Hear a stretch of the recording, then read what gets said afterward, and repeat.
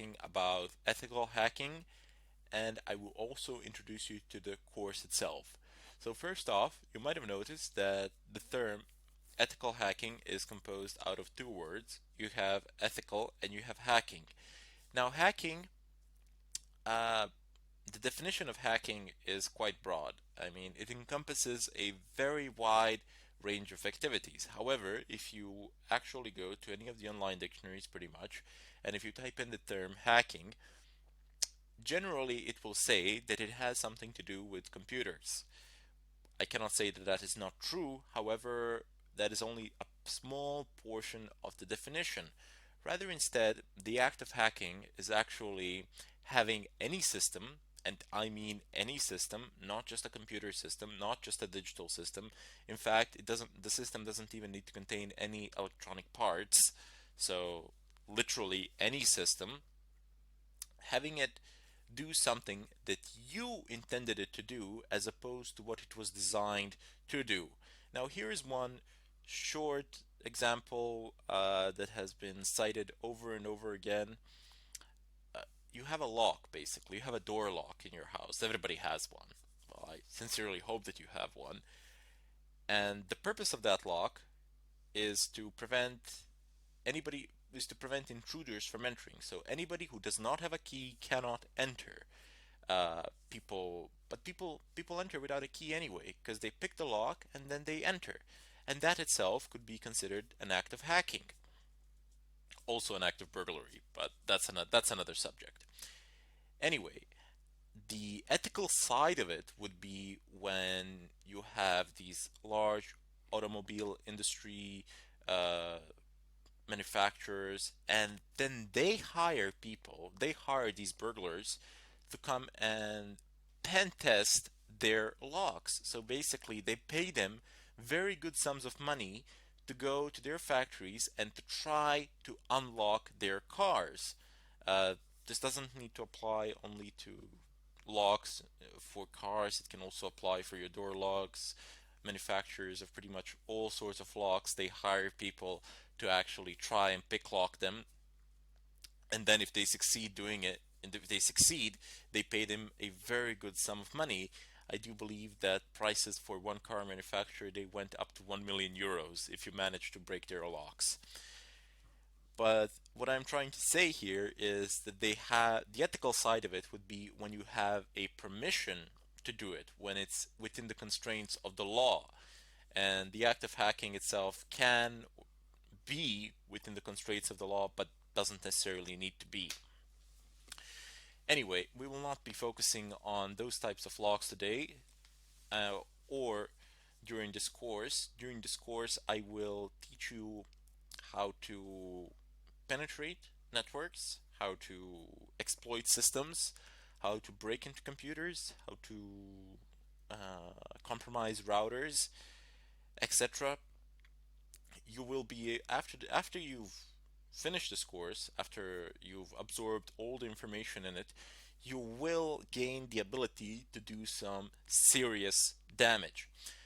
Now, because of that, I wish to give a disclaimer here. So first off, I do not encourage any sort of illegal activity. Furthermore, I strongly advise against it, and I am against it. So you do not have any legit need to do anything that is against the law with the knowledge that you're going to get during this course, because you're going to get some pretty good knowledge and you can abuse it very easily.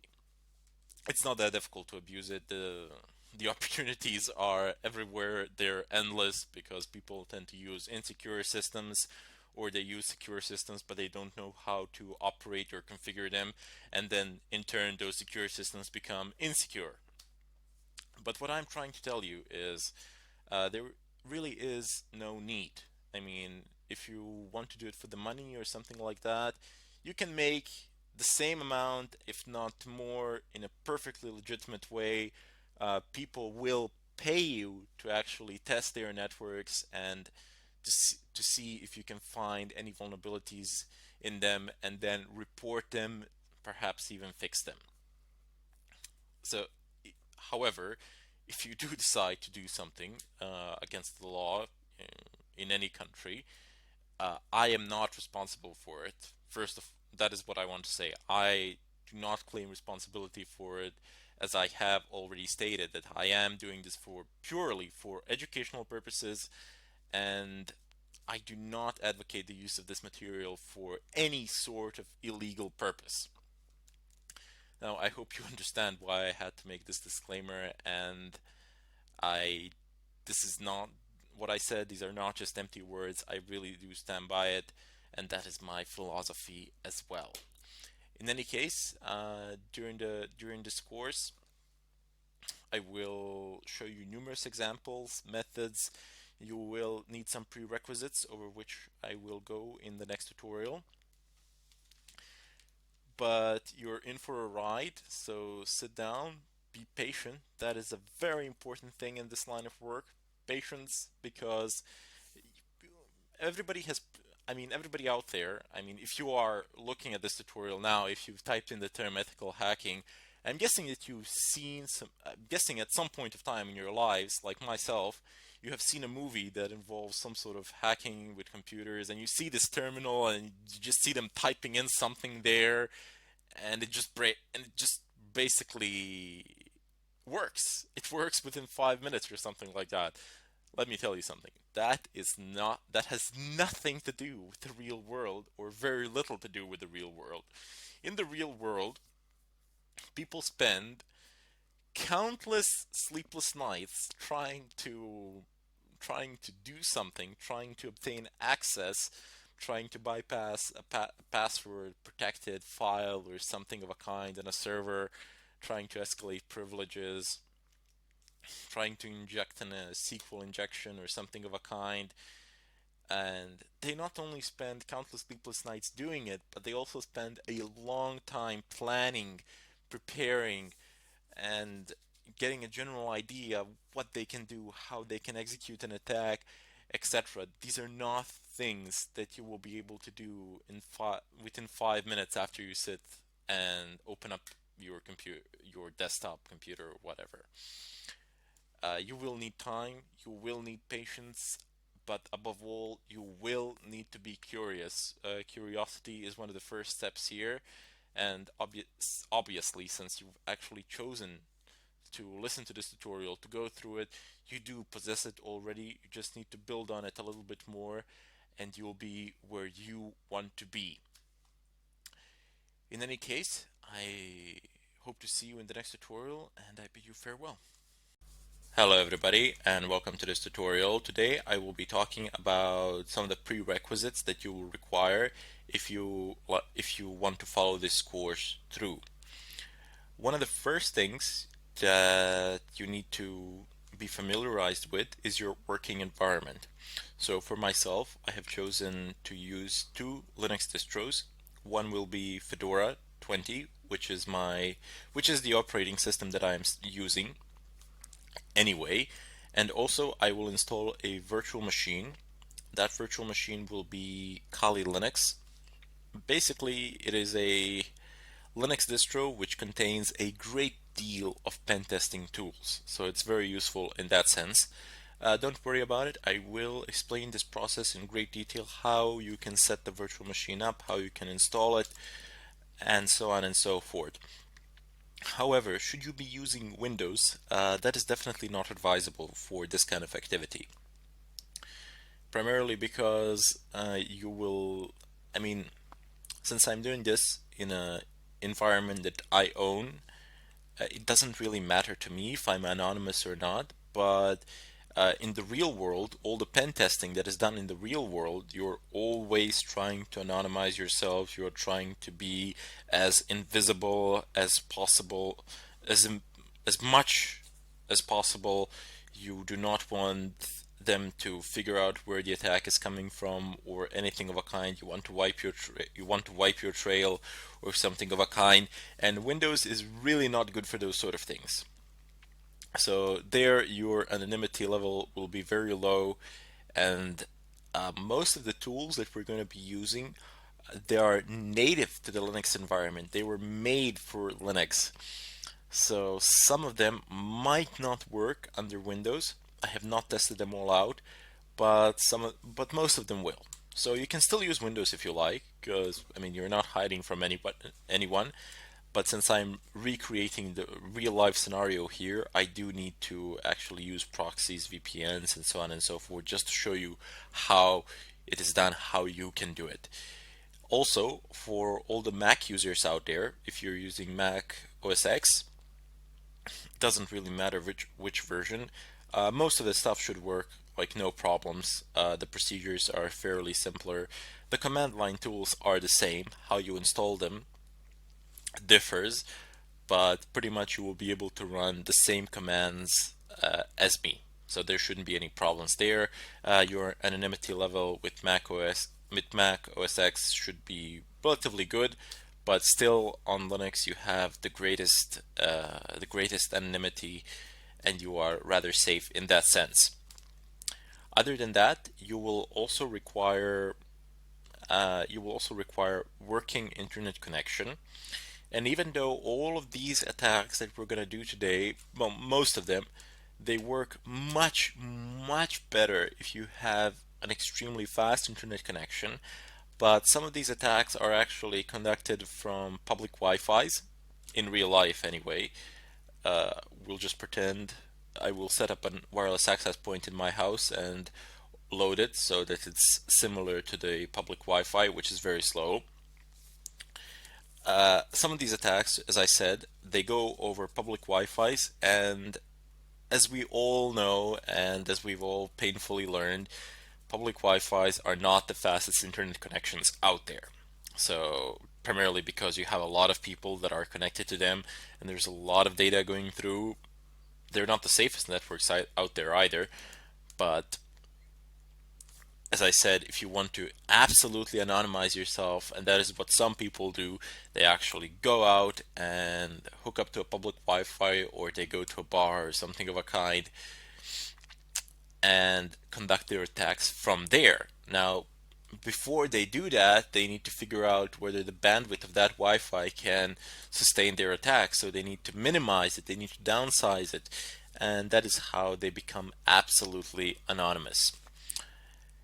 Anyway, the third thing that you will absolutely need, so these three things, these are the basic requirements.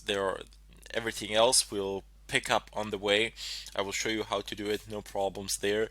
But these three things, I can't really show you how to. I mean, I can, but it's a bit pointless how to go to your ISP and hook it up to the internet and hook your telephone to the internet or something of a kind.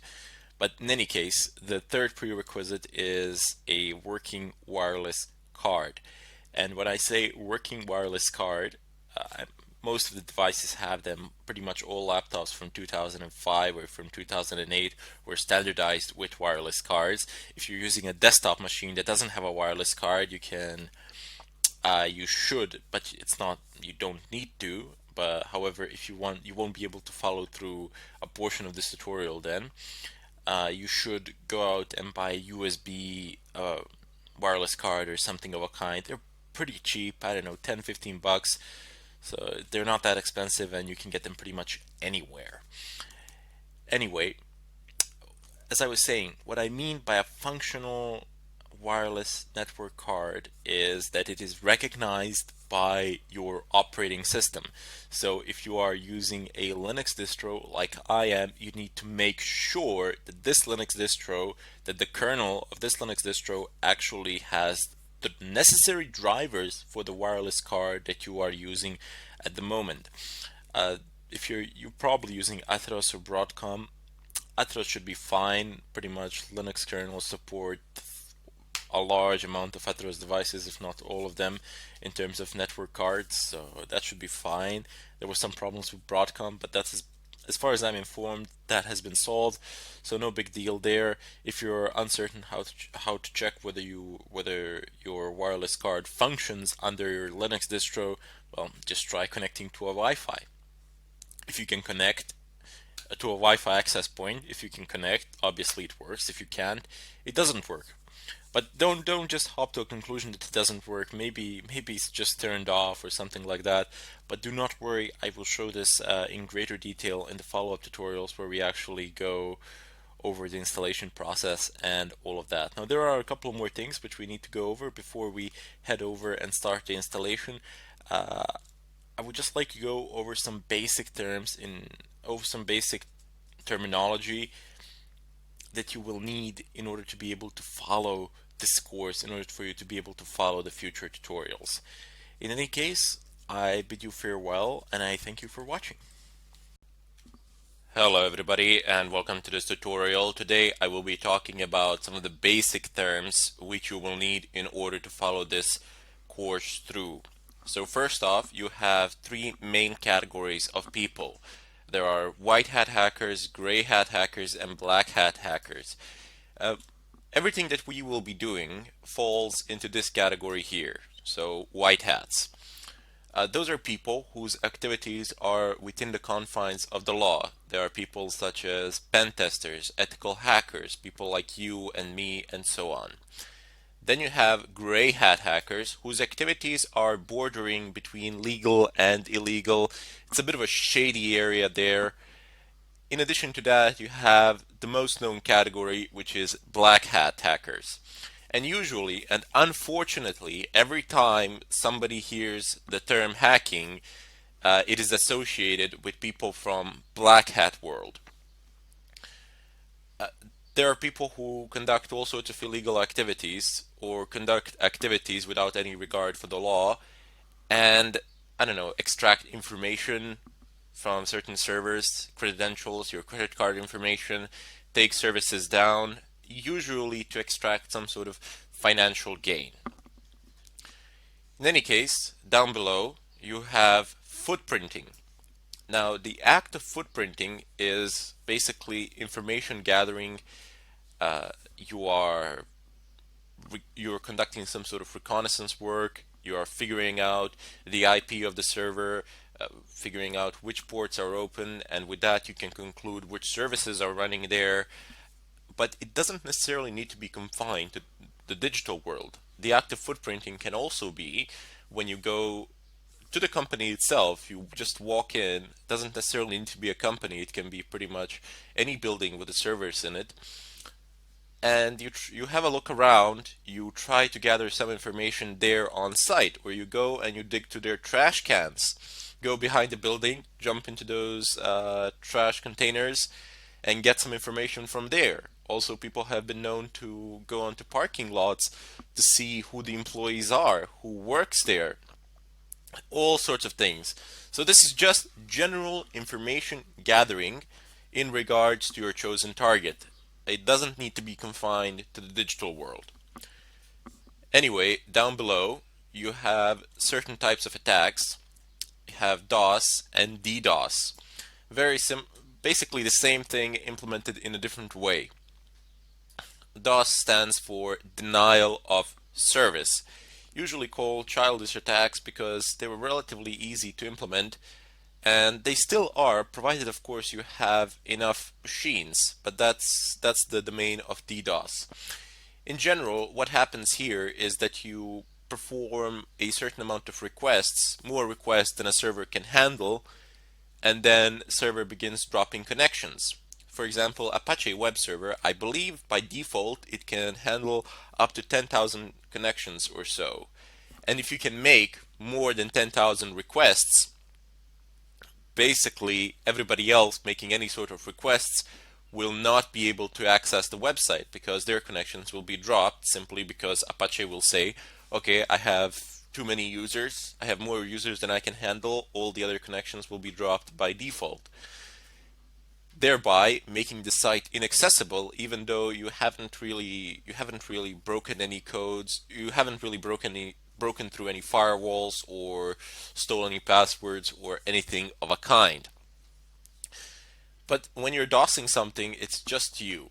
So all the requests, everything is coming just from your own computer. And that is not always the most efficient of ways. In fact, it generally can only work if there is a flaw in the way in which requests are processed.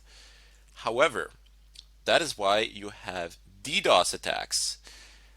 When you have multiple computers, multiple connections, and they are all making simultaneous requests to a certain server, and this is really difficult to fight off. I mean, you really need to have a clever configuration of your firewall, and you need to have quite a good firewall as well. Usually you would need a physical one to prevent these sort of DDoS attacks, and by physical I mean a router firewall or something of a kind. This is quite difficult to, it's not difficult to actually do the attack itself, as it is difficult to make the necessary preparations. First of all, you need to go about infecting other devices which you will enslave and use in order to perform this sort of an attack. This is the hard part. The DDoS part is quite easy compared to that. For that, in order for you to infect other computers, you need two things. You need RATs, remote administration tools, and you need to make them fully undetectable. That is what the term FUD stands for. So it just means that they cannot be detected by antiviruses, or more precise term would be that they are not labeled as something malicious by antivirus programs. And by the way, sometimes, actually most of the times, you don't actually need to make your own applications fully undetectable. There are plenty of pen testing companies out there, and not just pen testing companies, but other companies as well, who will pay very good sums of money if you can make their programs fully undetectable by antivirus programs. Down below, the RATs, remote administration tools. Now, they themselves are not some sort of hacks or anything of a kind. You just basically put them on a USB stick or something of a kind, send them in a mail, share them in a zip file, and in such a way, there's just one of the ways to infect other computers, other devices, enslave them, convert them into your slaves, into the slaves to the main server, wherever that might be, wherever you might set it up. And then you can use all of those computers to conduct all sorts of activity.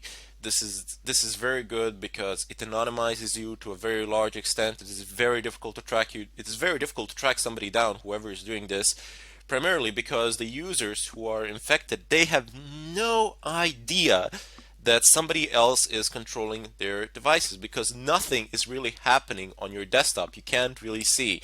All the processes running are being run in the background, and your processor is executing them using up. The only way to see it would be basically to start up a task manager or something of a kind, and then see the running processes, and perhaps you could spot it there, but not even there if somebody has implemented a rootkit. So a rootkit is a tool basically which you install onto an operating system, and it is able to hide running processes from the system itself. So when you, for example, start a task manager in Windows or something of a kind, the purpose of a rootkit would be to hide the processes from the task manager. Basically, how it works is that task manager requests information from the system, from the kernel, and then the kernel of the system responds, which is the core of the system where all the drivers and the key functionalities are. The kernel of the system then responds, hey, I have this, and this process running, here you go. But what rootkit would do is redirect those requests from task manager to itself, and would basically say, I don't have such processes running. So very, very dangerous and potent combinations here that we will use later on as we progress through this tutorial, but for the time being I just wanted to give a bit of an introduction to it and give you an idea of what we shall be doing through some of these basic terms and concepts. Next up, we have phishing attacks. Now, phishing attacks are basically when you apply some sort of bait, somebody bites it, and then you pull on it. Simple as that, right? As the same way you do phishing. Well, not quite. Phishing attacks would be when you get I don't know, an email from someone, and there's a link in it. You click on it, and it throws you somewhere, I don't know, onto some website. It perhaps looks like something legit. It perhaps looks like a website that you are using or something of a kind, but it is not. And you pass in your credentials, and that can be a problem. But this is generally avoided today. This is not something that happens in such a way. Rather, instead, what happens these days is that the DNS servers get changed on your routers, and once that happens, all the requests that you make on your web browser get redirected. So, for example, if you type in facebook.com, you're going to get a domain with facebook.com from some private DNS server, God knows where, whose MX records are altered, and they have been configured, for example, to make redirections to interpret, sorry, not redirections, but rather instead to interpret facebook.com to a certain IP address that does not belong to Facebook or anything like that. So you open up your Facebook, it looks exactly the same. There is no way to tell because in the upper left corner of the screen you have the domain name written. It's www.facebook.com, and basically provide in login credentials. Once you do that, they're gone. Somebody has them. One of the one of the ways to detect this, even though it's very, I mean, it's not hard, but nobody really pays any attention to it. In the upper left corner, you might check whether the protocol is HTTPS instead of HTTP. Because usually, if these kind of attacks are conducted, it's not going to be HTTPS, as that is a lot harder to implement.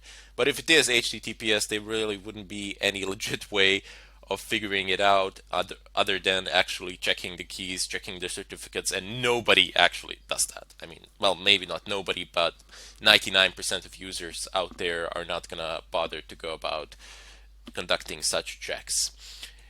Anyway, I know it sounds a bit complex, but believe me, I will explain this in great details. I will give you several demonstrations, and by the end of this course, you will understand and know how to do this with great ease. It will not present a significant obstacle in your line of work. Excellent. Now that we have approximately half of these terms out of our way, I will continue to deal with them in the follow-up tutorial, and I sincerely hope to see you all there. Hello everybody, and welcome to this tutorial. Here I'm just gonna continue from where I left off in the previous one. If you have not seen the previous tutorial, I strongly urge you to do so, as the two are closely interrelated, so to say. Anyway, previously we've discussed some of these things such as DOS, rats, phishing, and so on and so forth. But here I want to go a step further and tell you about SQL injections, VPNs, proxies, stores, EPS keyloggers, and so on and so forth. You will see how all these things will play a role later on throughout the course. But for the time being, you have SQL injections, which simply passing SQL queries to HTTP requests. If they are not properly formatted by the PHP code on the server side, this can present a serious problem. And this is always one of the primary consideration of all the web developers out there. Later on I will demonstrate how you can use these, formulate them, and there is a large amount of websites that are vulnerable out there, primarily because the frameworks on which they're based are vulnerable as well. Next up, you have virtual private networks, so VPNs. These are ways of anonymizing yourselves. Basically, if you have a VPN provider somewhere, and if you want to anonymize yourself, you will route all their traffic through this VPN provider, and all the traffic between you and the VPN provider will be heavily encrypted. So any other server out there that is receiving requests from you, it is actually receiving them from VPN. There is no real way of detecting you or finding your physical location unless the VPN provider actually gives it up, which doesn't really happen if you pick a right one. Down below you have proxies. Now proxies are a less reliable way of staying anonymous, but you should always make it your uh, make it your common practice to use SOCKS 5 proxies. I will explain what these are. I will introduce them when we do proxy chains and when I explain to you how you can actually stay anonymous while conducting these sort of activities. You will realize that you can route your connection through several proxies, but very soon you will see as well that that doesn't always work. I mean, in the movies or something like that, you see people going through 10, 20 different proxies. In reality, that would be very, very difficult to implement, primarily because of internet speeds, because of the available bandwidth. Most of the free proxies out there are not very fast, and routing your connection through several of them will will make it very difficult for you to do anything in a reasonable amount of time. There are of course paid proxies, but when you pay a proxy, you leave a digital footprint somewhere so you can be traced. Down below you have Tor. Now Tor is absolutely free, open source, and it is much faster than proxies. It's not faster than VPNs, but it is faster than proxies. It gives you an ability to torify your applications, which in essence means simply routing traffic through certain routes and using certain routers on the internet to actually not just routers, but using certain devices on the internet for your packets for your connection to go through. It can be slow from time to time. It is not a 100% guarantee, but you will be anonymous to a very large extent if you are using Tor. There are ways of detecting you, but they are highly unlikely to happen. Like 99.99% of time, you will be almost 100% anonymous, which is a very good way of functioning. Also, you have the Tor browser, which allows you to access dark web or the hidden web, however you wish to call it. Basically, those are .onion websites, and they are not indexed by any of the search engines out there, and they cannot be accessed via regular internet browser from the regular internet browsing perspective. You cannot, I mean, if you open up Firefox and if you have your internet connection, and if you don't have your internet connection configured in a proper way to connect to Tor network or something of a kind, you will not be able to access any of the hidden webs or dark webs, website services, and so on and so forth. I will also show you how to access dark web and how to use it, as it has a vast amount of resources that are at your disposal, most of them free, some of them paid, and so on and so forth. Down below you have VPS. These are virtual private servers. It is a method of, it is a secure, it can be viewed as a security layer. For example, if you have an Apache server running on your physical machine, you can have a virtual machine within that physical machine which will serve as an SQL server for that Apache server. This is done so that the SQL server cannot be accessed from outside and that you don't have an SQL port open on your physical machine. So only devices, only programs and users from that particular machine will be able to access the virtual machine where the SQL server is. Bit of back and forth action here. It might sound unclear or something like that, but I don't want you to worry about it now. When I show you the examples, when you get into it, you will understand it. I guarantee it to you. So no problems there. Here, I'm just introducing you to the terminology and giving you an idea of what is to come. Excellent. So we also have keyloggers, which are tools that are used to steal credentials, and not only credentials, but also used to extract information. If you manage to deploy a keylogger on a machine, you can configure it to record all keystrokes and then to send them to a mail address, to an FTP server. Today, keyloggers are advanced to the extent that they have like 100 options or so, configurable to the fullest of extents, and you can do pretty much whatever you want with them. I mean, they have their basic functionalities still. Basic functionalities is still there to record the keystrokes, but not only do they record the keystrokes, for example, they can extract existing information as well. You can configure their behavior. how the stealth level of the keylogger, how will it hide, where will it go, where will it be installed, what sort of information do you want to extract, do you want to monitor particular folders for activity, and do you want to record it. You can configure them to take screenshots, you can configure them to use the camera on the device which you have deployed a keylogger to take a picture every 5 minutes or something like that. That wouldn't be the brightest of ideas, because obviously somebody would see that you're taking a picture. But those are just examples of what you can do with them, and later on we will actually download the genuine keylogger, install it, deploy it. We'll show you methods of deployment and how you can configure it as well. Although you should be very careful from where you download your tools, such as keyloggers, uh, remote administration tools, rootkits, and so on and so forth, primarily because you never ever want to download a uncompiled binary file that is not open source, because you have no way of knowing what's in it, and you absolutely never want to run it on your computer.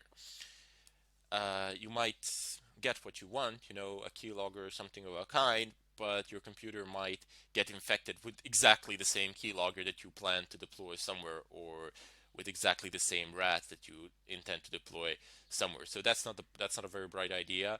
You should use verified sources of such tools. I will show a few of them later on as I go over to the internet and download them, but I'm just making it very clear here that you should be very careful with these things. And one of the foolproof methods of doing this is actually configuring a virtual machine and doing this sort of activity on that virtual machine. So even if you get infected or something of a kind, it doesn't matter. It's a virtual machine. You can reinstall it anytime you want, very fast. Pretty much no information will be lost there. More importantly, the primary file system on your main physical machine will not be accessed from the virtual machine. Anyway, down below you have the terminal.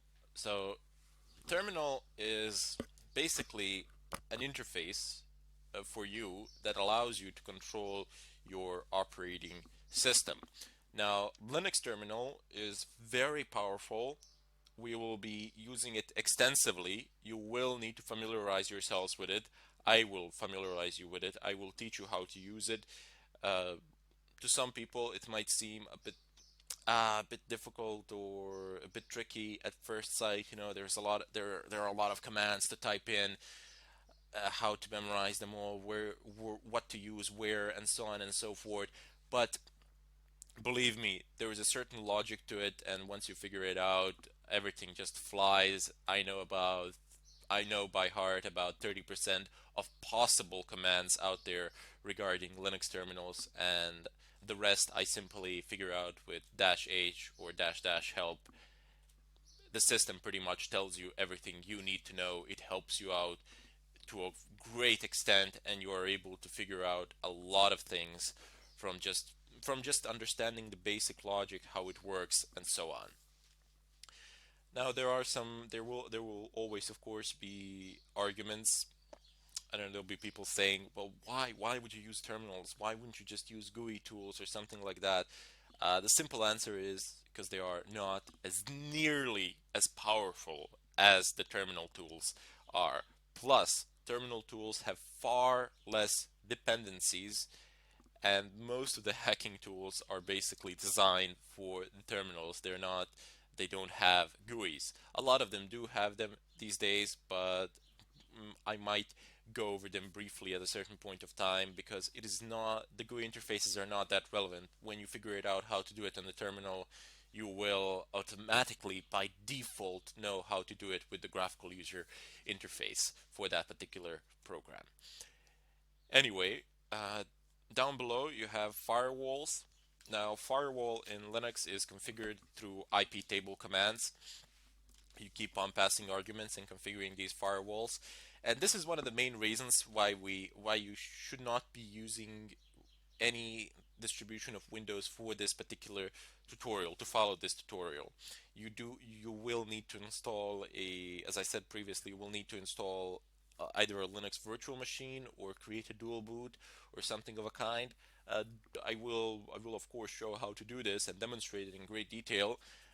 But one of the main reasons, the firewalls are one of the main reasons why we can't use Windows for these sort of purposes. Uh, Linux firewall is open source and it has ridiculous amount of options. A ridiculous amount. I'm not kidding here. You can do with it pretty much whatever you want. You can configure, you can close open ports, forward connections via ports or via IP addresses. You can close, you can just forbid certain protocols on certain ports or forbid certain protocols for certain IP addresses, do all manner of forwarding and redirection and so on and so forth. This is all available for free with a Linux firewall. Whilst in Windows you will have some of these options, but most of them you won't unless you, for example, buy a certain package or something like that, which is not something that we really want to do here. We want to keep it, we want to keep this budget friendly, and we want to have a powerful firewall which can do pretty much whatever we want it to do. Now there'll be two ways of configuring this firewall, and if you are afraid of messing it up, don't worry about it, because most of the configurations that we will do will be short-lived configurations, so to say, primarily because all the configurations made to the firewall from iptables command, unless specified otherwise, will be temporary and they will hold until the next system reset. There is a way to circumvent this, of course, and to configure the firewall rules in the configuration file directly and thereby making the changes permanent, which is also one of the ways of doing it, but I don't generally prefer it. I prefer to have a script somewhere which you can run at any time and it will configure your firewall by default. This is primarily because this is primarily because you won't have your tool set on a USB stick or somewhere online or something of a kind, and you have these quick scripts which you generate and then they perform these tasks for you in an automated fashion. It's really simple. I will show you how to make these scripts. You do not necessarily need some advanced programming knowledge or anything of a kind. Basically, what these scripts are a list of Linux terminal commands, which we will do anyway. So basically, the script would consist out of a list of those commands, and then you just change the mod of the script to be an executable file, run it, and all those commands are you are passed to the system, and those tasks are finished in an automated fashion by default. Anyway, one of the final things that I wish to address here are reverse shells. So there are hundreds, if not thousands, of reverse shells out there that you can use. I will pick a few that we will use depending on the framework, depending on the environment, of course, that we want to infect. But in essence, what reverse shells are, as the name itself says, you have a program with which you infect another device, and then that program opens up a reverse connection from that device back to you. So you can keep on passing commands, you can keep on controlling the system even though you are nowhere near it. There are different types, of course, today with routers and so on and so forth. With such firewalls, you do need to do a lot of extra configuration, and there are problems that need to be solved and addressed. You will see how, when you are trying to break into a single computer, sometimes you need to break into the router first. Usually, you need to break into the router first, unless you're performing these phishing sort of attacks or there's a web server or something of a kind running in the background. But attacking a private device, a private computer, which is usually what people do as preludes to bigger hacks because they want to extract some sort of information or something of a kind from, let's say, a company's employee that's a network administrator or somebody like that, they will one of the basic vectors would be to attack a home router, change the DNS settings there, and try to steal credentials in such a way, or put the computer in the DMZ of the router, demilitarized zone, so that the router is no longer effective for that device. Rather, instead, it just forwards all traffic to that device regardless. So that can be, those are just some of the types of attacks that you can do, but reverse shells will depend on the choice of the environment that you are trying to infect, and will depend on the choice of your attack route as well. In any case, I hope that you got some basic introduction to these terms. I again repeat, if you didn't figure it out all immediately, don't worry about it. We will do all of this in great details with a lot of examples, and you will understand it. It's not complicated. Do not allow fear to dissuade or stop you. Just keep on going in spite of it, and if you can just stick in till the end of this course, you will, I guarantee it to you, you will understand it. With just a bit of focus and a bit of curiosity, you will be able to obtain the necessary skills needed in order to become a pen tester or an ethical hacker. I bid you all farewell, and I hope to see you in the next tutorial.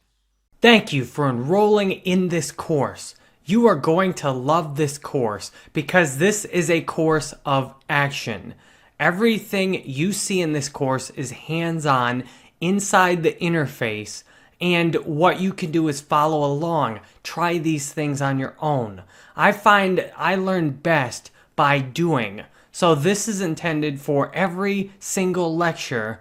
You can watch the lecture.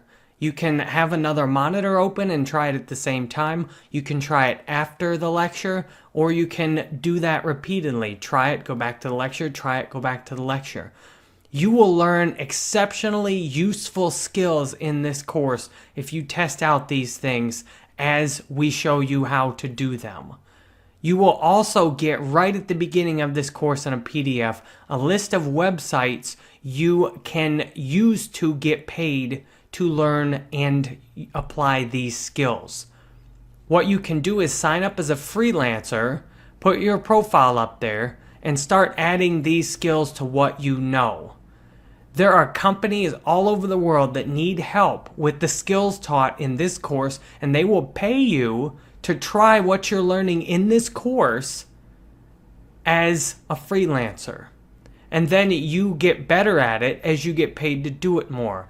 That's exactly how I learned and grew my business, by continually getting paid to learn skills people needed help with. That's what you get in this course. You get a hands-on learning experience in every lecture where you can go try these things. And this course starts off showing you exactly how to get everything set up. What you need prior to starting this course is a good internet connection, although you can do it on a slower public Wi-Fi internet connection. This course will work best if you follow the first several sections showing you exactly how to install all of the software for an ideal experience. Once you've got that set up, and I are continuing to add tons of new lectures. This course will eventually have 10 plus hours of video showing you exactly everything you can do once this is set up. So get started by looking at all of the setup instructions and doing them yourself. Get to know the basic terms, and then you can have an awesome experience out of this course. Ermin and I are here to listen to your feedback. At any time, all you have to do is tell us exactly what you think of a lecture, ask us a question, and Ermin and I are here to answer your questions every single day. We commit to answering any discussion question you ask as fast as we can, which usually will be 48 to 72 hours, sometimes shorter, sometimes longer. So go ahead, get the most out of this course, and we are honored you are here spending this time with us. Thank you. Hello everybody, and welcome to this tutorial. Today I will be talking about our working environment. I will show you how you can set it up. So first off, we need to install VirtualBox. Now, it doesn't matter if you're running Mac OS X, Linux, or Windows, you will still need to do this for several reasons, really. First of all, I mean, we're going to be doing a lot of stuff, and we're going to be doing it as root. So we are always facing the prospect that we might break something, that we might mess something up. And it's just better to have that virtual machine, because even if you do mess something up and even if you don't know how to fix it, it doesn't really matter. It is only a virtual machine. You don't really have any data of importance on it. However, if you mess something up on your main machine, that can be problematic. If you're forced to reinstall it or something of a kind, then you need to back all your data up, you need to figure out where everything is, etc. But, or you can try fixing the problem, and depending on what that is, it could consume a large amount of your time.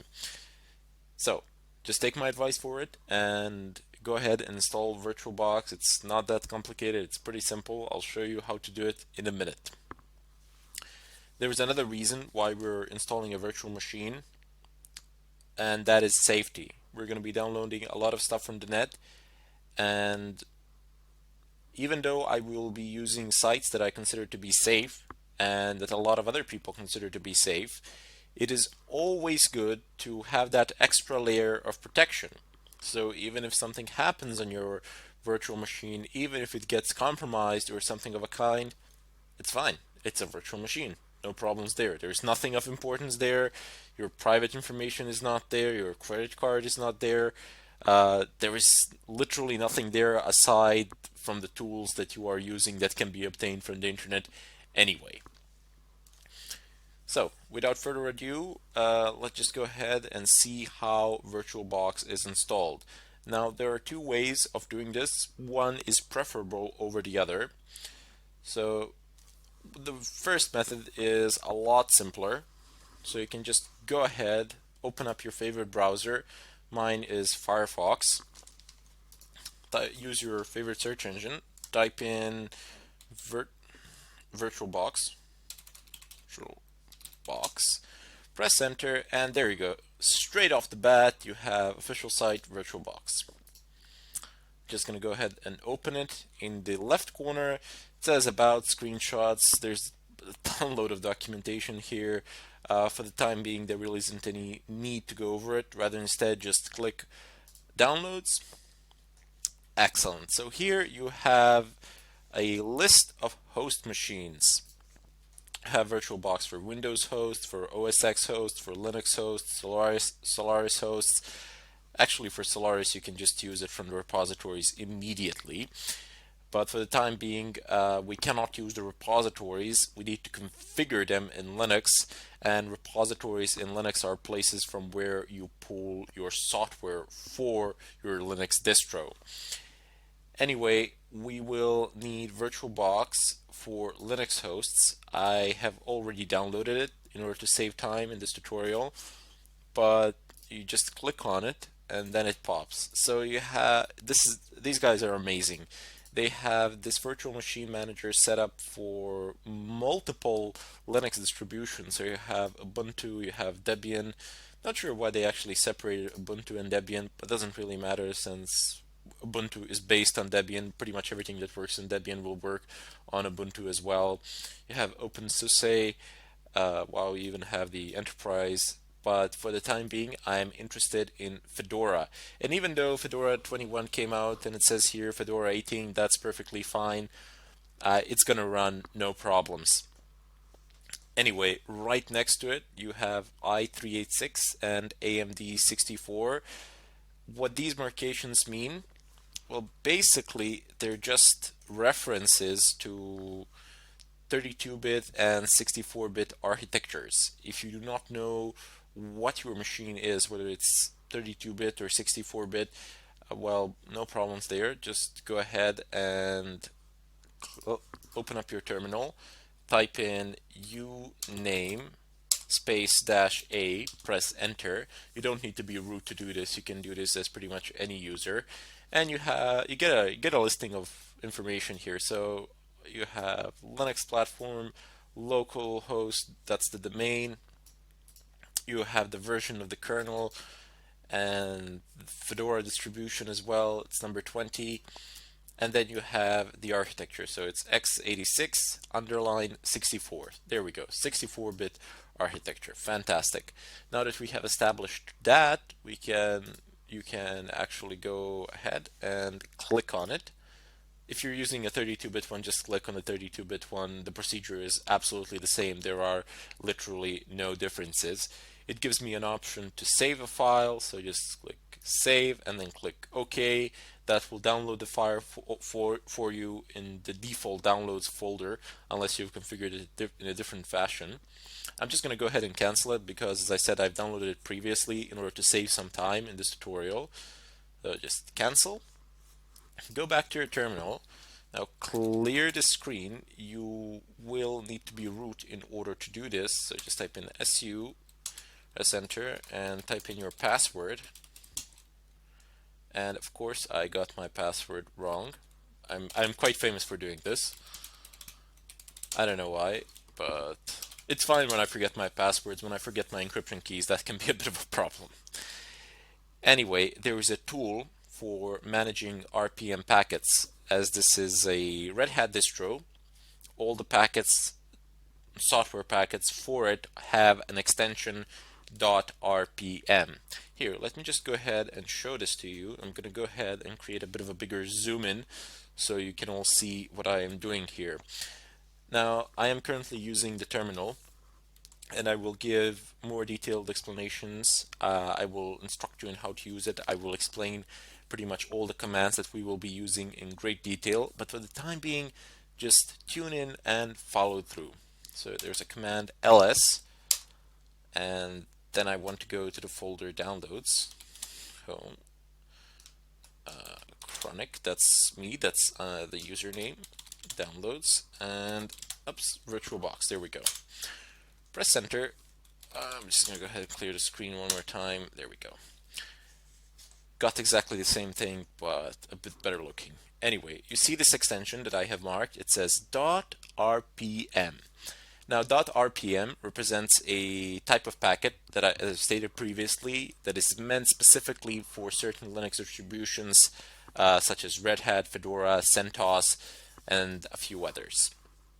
What you can do is use your default RPM software. So just type in RPM space -i. -i argument is for install, and then specify the path to your package. So home, chronic, downloads, VirtualBox, and press enter from here. Now again, this process is automated. There isn't much that you need to do here. Maybe press yes and that's it along the way, but in any case, this is not the method that you should be using. This is the method that I'm showing that you can use, but I wouldn't advise, as if you do install it like this, it tends to break with newer updates, so it can be a bit problematic. I'll show you another method in the next tutorial where you can actually use yum, which is the default packet manager, in order to install this packet and then update it accordingly. In any case, I bid you farewell, and I'll see you in the next tutorial where I'll pick this up. Hello everybody, and welcome to this tutorial. Today I will show you another more reliable way to install VirtualBox. If you are wondering why on earth did I show you the other way using the RPM, if we're not going to use it here, well, it's always good to have another option. Plus, the procedure is exactly the same if you're installing any other RPM package. So you just type in RPM-I, and then you just type in the name of the package that you have downloaded and that you wish to install. The procedure is exactly the same. I would recommend passing an H argument as well to give you a status bar, because if you just go ahead and type it in like this within the name of the package, it's going to install it no problems, of course, but the screen is just going to wait. Nothing is going to happen. You might think it's bugged or something like that during the installation procedure. Like this with H, there's a status bar that shows, so you know that something in the background is happening. But as I said, it's good to have another option. What we want to do today and now is actually install VirtualBox using the default packet manager called yum and pull the package from the repositories.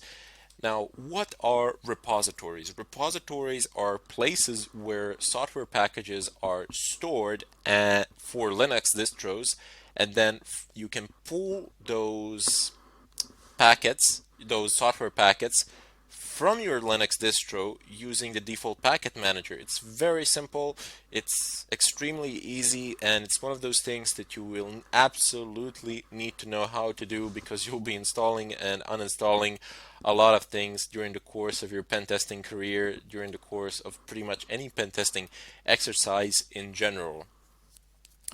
So let me just demonstrate this to you. You type in yum and then you give it a command. First of all, you use yum to call your default packet manager, which is yum basically because I'm using Fedora, but if I was using some sort of a Debian distro, it could be aptitude, aptitude, or it could be apt-get, and some other distros have their own packet managers, but we're not going to get into those now. Later on, I will show you what Kali Linux is using. That is the Linux distro that we will be using in order to conduct some of the pen testing exercises.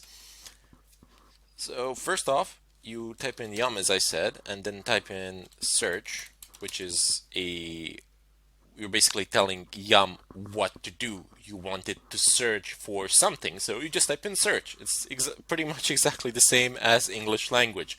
You just kind of need to figure out the logic of it. And then you want to search for an approximate name of the package that you want. So perhaps you don't know the full name or something like that. Don't worry about it. Just type in a portion of the name. It will suffice, and pretty much everything that contains that portion of the name will be displayed. So we know what we want. It's VirtualBox, and you might think that this is the full name of the package, but no, it is not. Soon you will see. And there you go.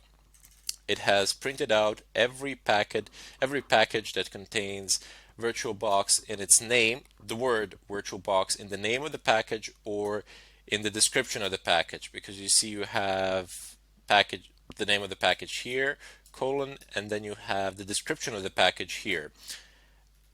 There are a lot of things have popped with the name VirtualBox, and you're wondering perhaps which one to install. Well, you need the Kmod one, and here you have the kernel version and the Fedora version. So FC would be the Fedora version, and here you have the architecture. It's 64. I can't select it. There we go. It's 64, and here you have the kernel version.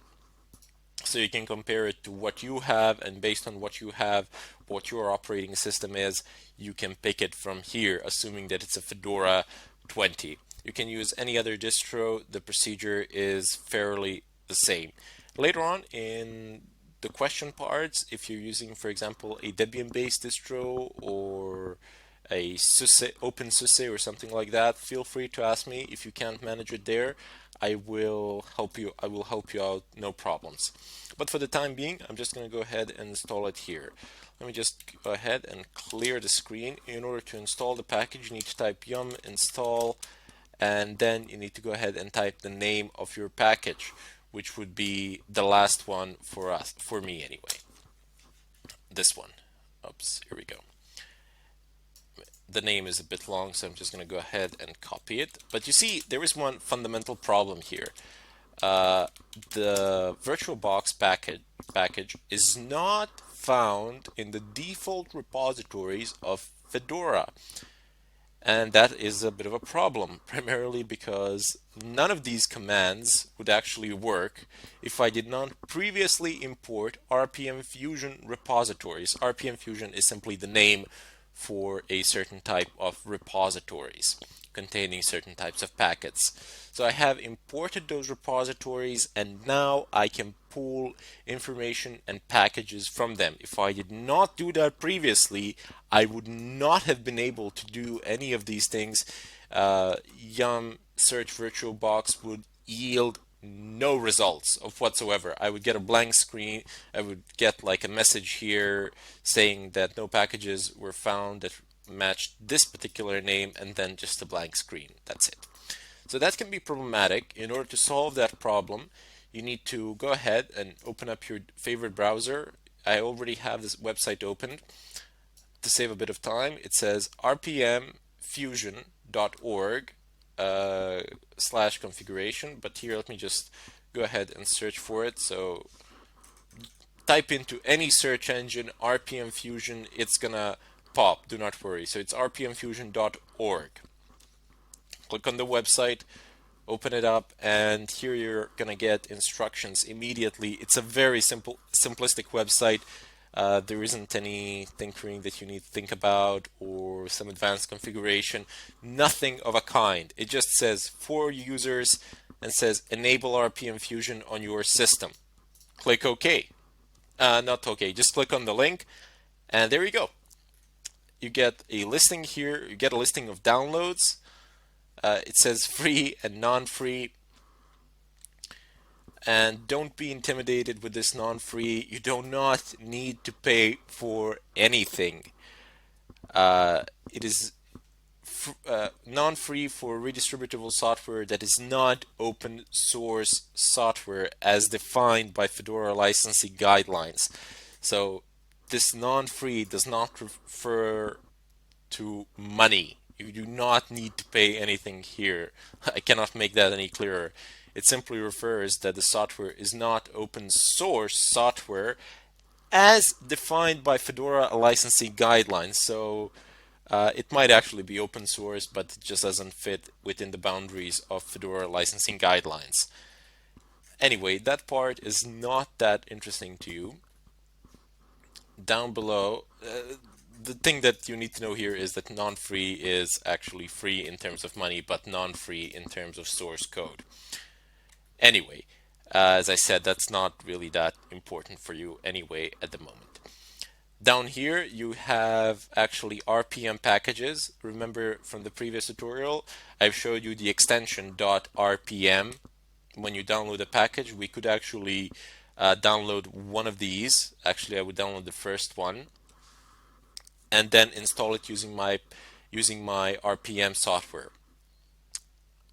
Just type in RPM space dash I, and then I would, there we go, I just clicked on it. Then I would pass this file name as an argument as well, and it would install it no problems as well. But I don't really want to do that at the moment. I want to show you a different way of doing it. If you're wondering why it is being repeated twice, this is for free and this is for non-free. Excellent. What we want is the command line setup using RPM. It says here Fedora 14 to the most current. So mine is 20. It's going to work there, no problems as well. So you have this very long command, and you don't really need to know what every single portion of this command is or what it does.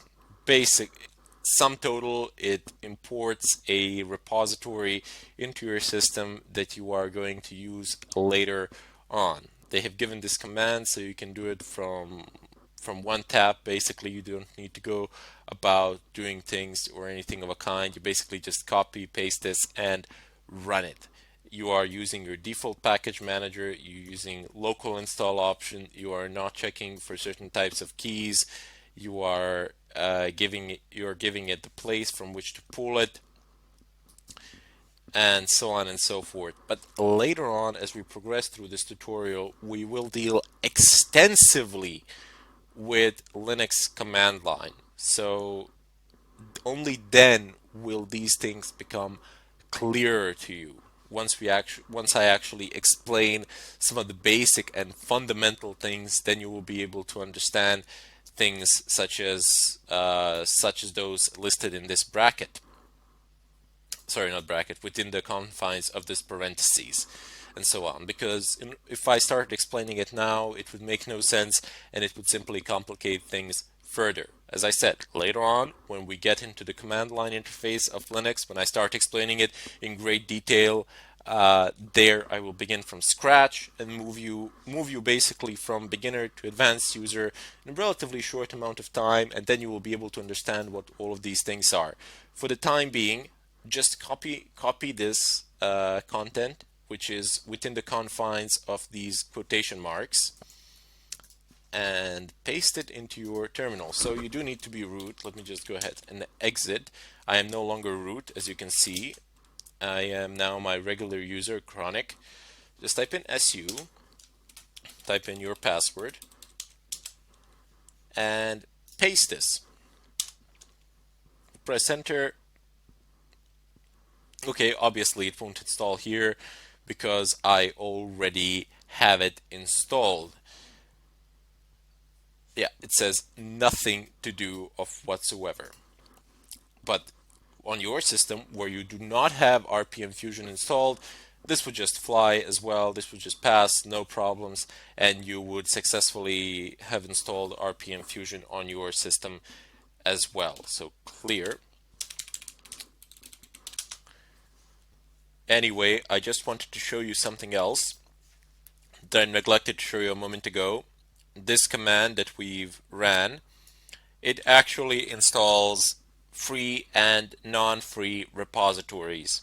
If you just take a closer look to what I am highlighting at the moment, this is the free, so it says http download1.rpmfusion.org slash free slash fedora slash rpmfusion free release. And down below you have the second address, again download rpmfusion.org, and it says non-free. So I'm highlighting the entire thing here. Let me just zoom it in a bit more so everybody can see. And there you go. You have two completely, well, they're not completely different addresses, but they are definitely different addresses referring to different types of repositories. Anyway, now you can go back to your terminal. Do not log out of root. Stay root because you will need to be you will need root privileges in order to do this. Type in yum search once again VirtualBox. Press enter. Take the last one or whatever one suits your current kernel. You check the current kernel by typing in uname-a, and here you go. So it's 3.18.7.100, 3.18.7.100, FC20, FC20, and then you have the architecture listed here as well. So clear the screen, type in yum install, paste the name of the package, press space -y, and if you have this command, just press enter and it will install. It will run through. I've already installed VirtualBox to save some time as well.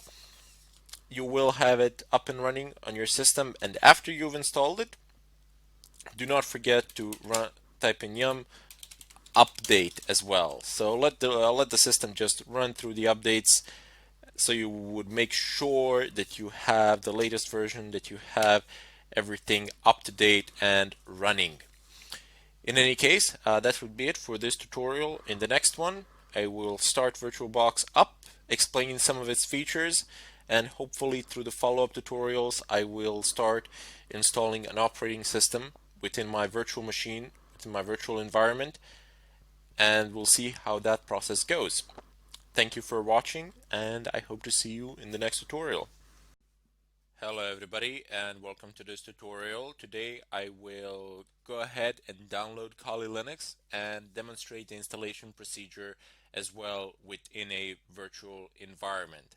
So first off, go ahead and open up your browser, type in Kali Linux, press enter, navigate over to their website. So it's www.kali.org. It's HTTPS, don't forget to check that. Go ahead and navigate over to downloads. Let me just go ahead and zoom in here.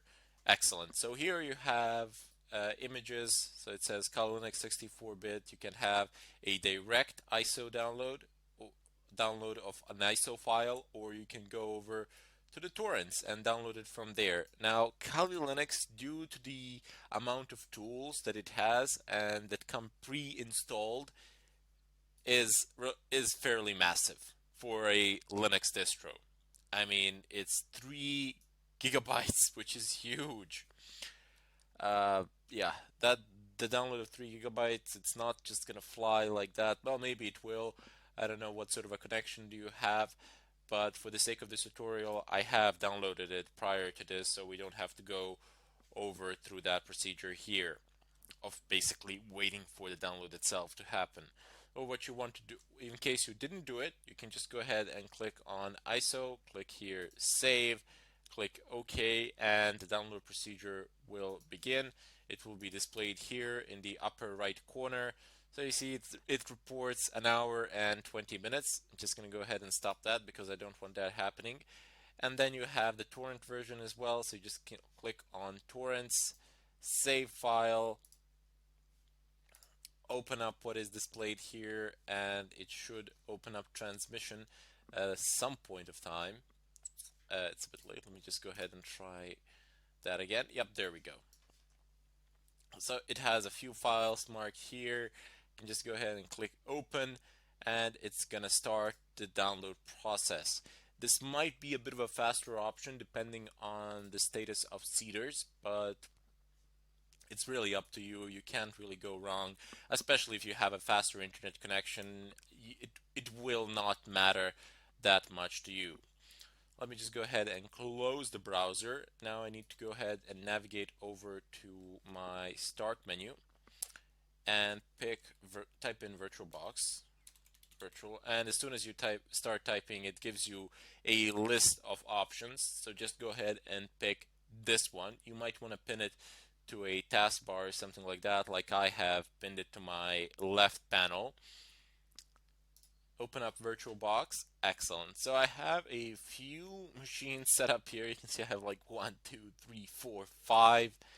I have 5 virtual machines set up. I can't run them all at the same time because, well, maybe I could if I reduce the amount of resources that I allot to each one of them, but I will not do that now. For the time being, I want to install a brand new Kali Linux. Before I can do that, I need to do a bit of a configuration. So first off, before the installation procedure starts or anything of a kind, I need to create a new environment in which this machine will be installed. So go ahead and click on New.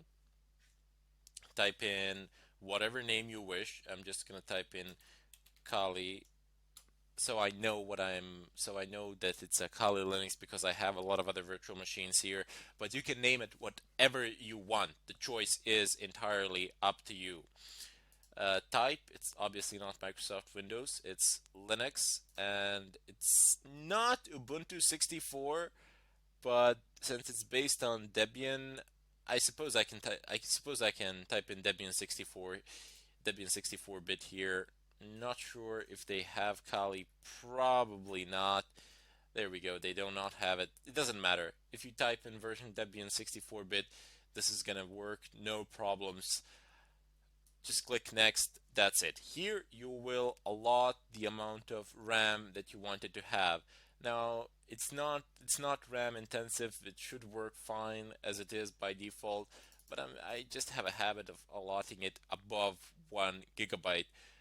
For the sake of this tutorial, I will allot it to 2 GB of RAM, primarily because we will be working with some of the programs that can be demanding and that can be resource intensive.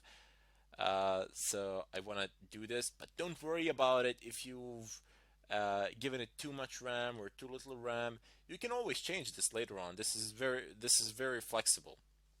That's the beauty of VirtualBox. That's why I like it so much. You can change these at any point of time if you've deemed that you need the resources elsewhere or that you have more resources that you can allot here. So just click next. Uh, just go ahead and click create a virtual hard drive now. That is the drive that this machine will be using, and just use this one, VDI VirtualBox. That's the hard drive file type. Click next. Dynamically allocated, that's very important. And you can read here what dynamically allocated means. Basically, it is hard drive file will only use space on your physical hard drive as it fills up to the maximum fixed size. And click next. Here you will allot the drive space. Now, I have a lot of drive space, so I'm just gonna go ahead and allot like maybe 120 gigs. That's gonna be more than enough for this undertaking. Since I do have a lot of drive space on my laptop, I don't really care. But if you don't have enough drive space or something like that, you can go ahead and allot it 50 gigabytes or something like that. Should work fine, no problems. 120 is more than I need, way more. So just go ahead and click create. That's it. Now we have our Kali. Now we have our environment under the name Kali set up. There is just one more thing that we need to do. We need to configure the boot order for this machine, and maybe not the boot order, but rather instead the location of the ISO file which it will pull. So go ahead and right click on it, settings, display storage, click on storage, click on empty. There's this disk icon here. It's when you click on it, it says choose a virtual CD disk file. So I have a few here, but none of these are what I actually need. If you have something in your CD-ROM drive, you can just go ahead and click here, and it's going to pull an image from a CD. But that's not really the case here. We have an ISO file that we want to use, so just go ahead and open it up. Click on Home, and I have it in my downloads folder. It should be around here somewhere. Yep, there we go. Kali Linux 109A AMD 64. I do believe that I'm slightly behind the latest version, but we're gonna fix that with updates, no problems. Open it up. It says Kali Linux 109A AMD 64.iso, and that is the type of file that we're looking for, .iso. Open it up.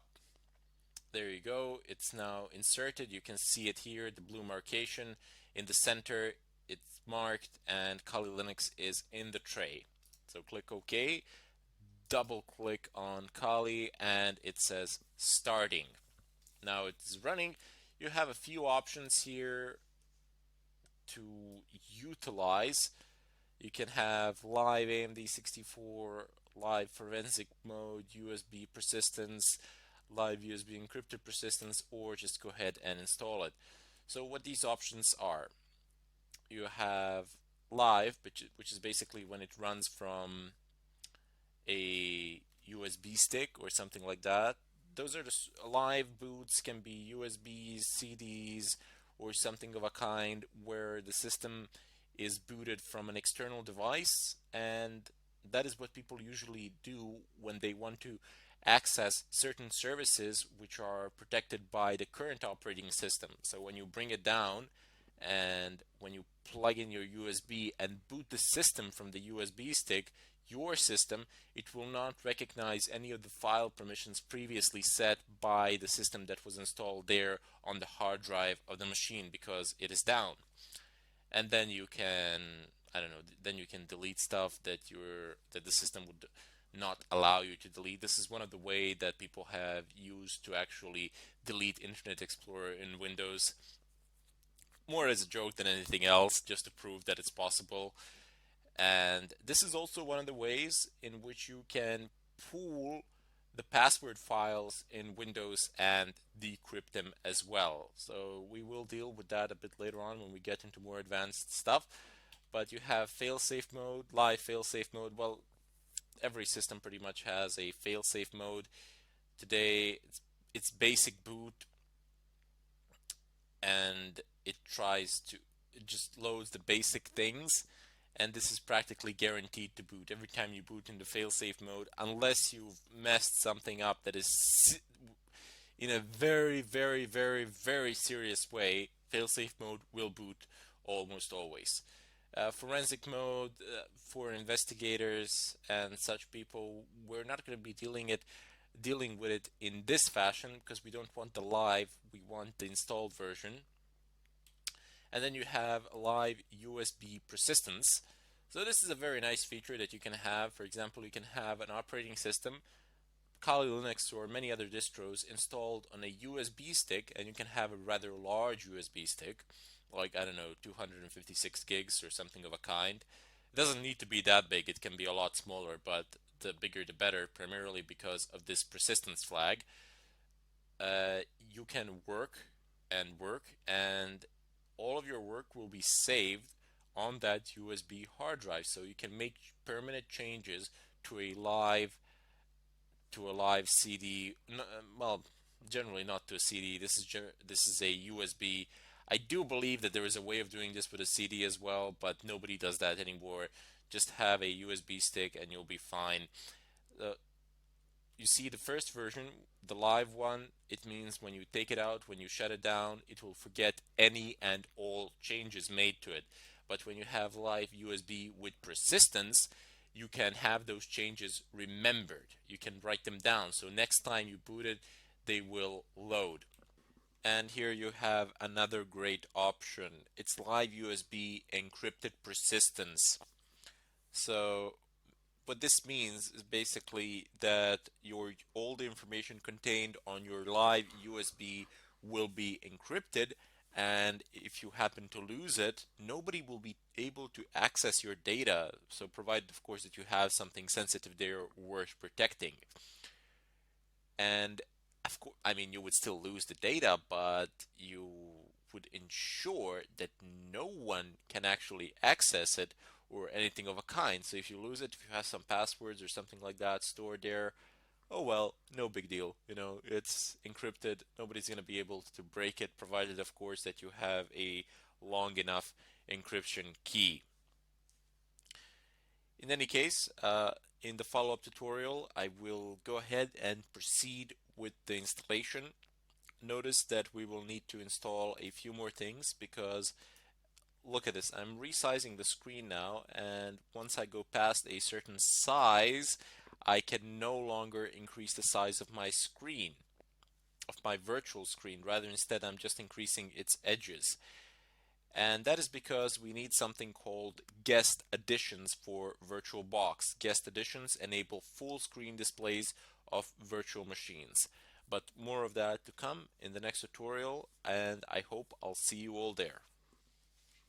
Hello everybody, and welcome to this tutorial. Today I will continue from where I left off in the previous one. Now if you remember, we issued app-get update and app-get upgrade commands.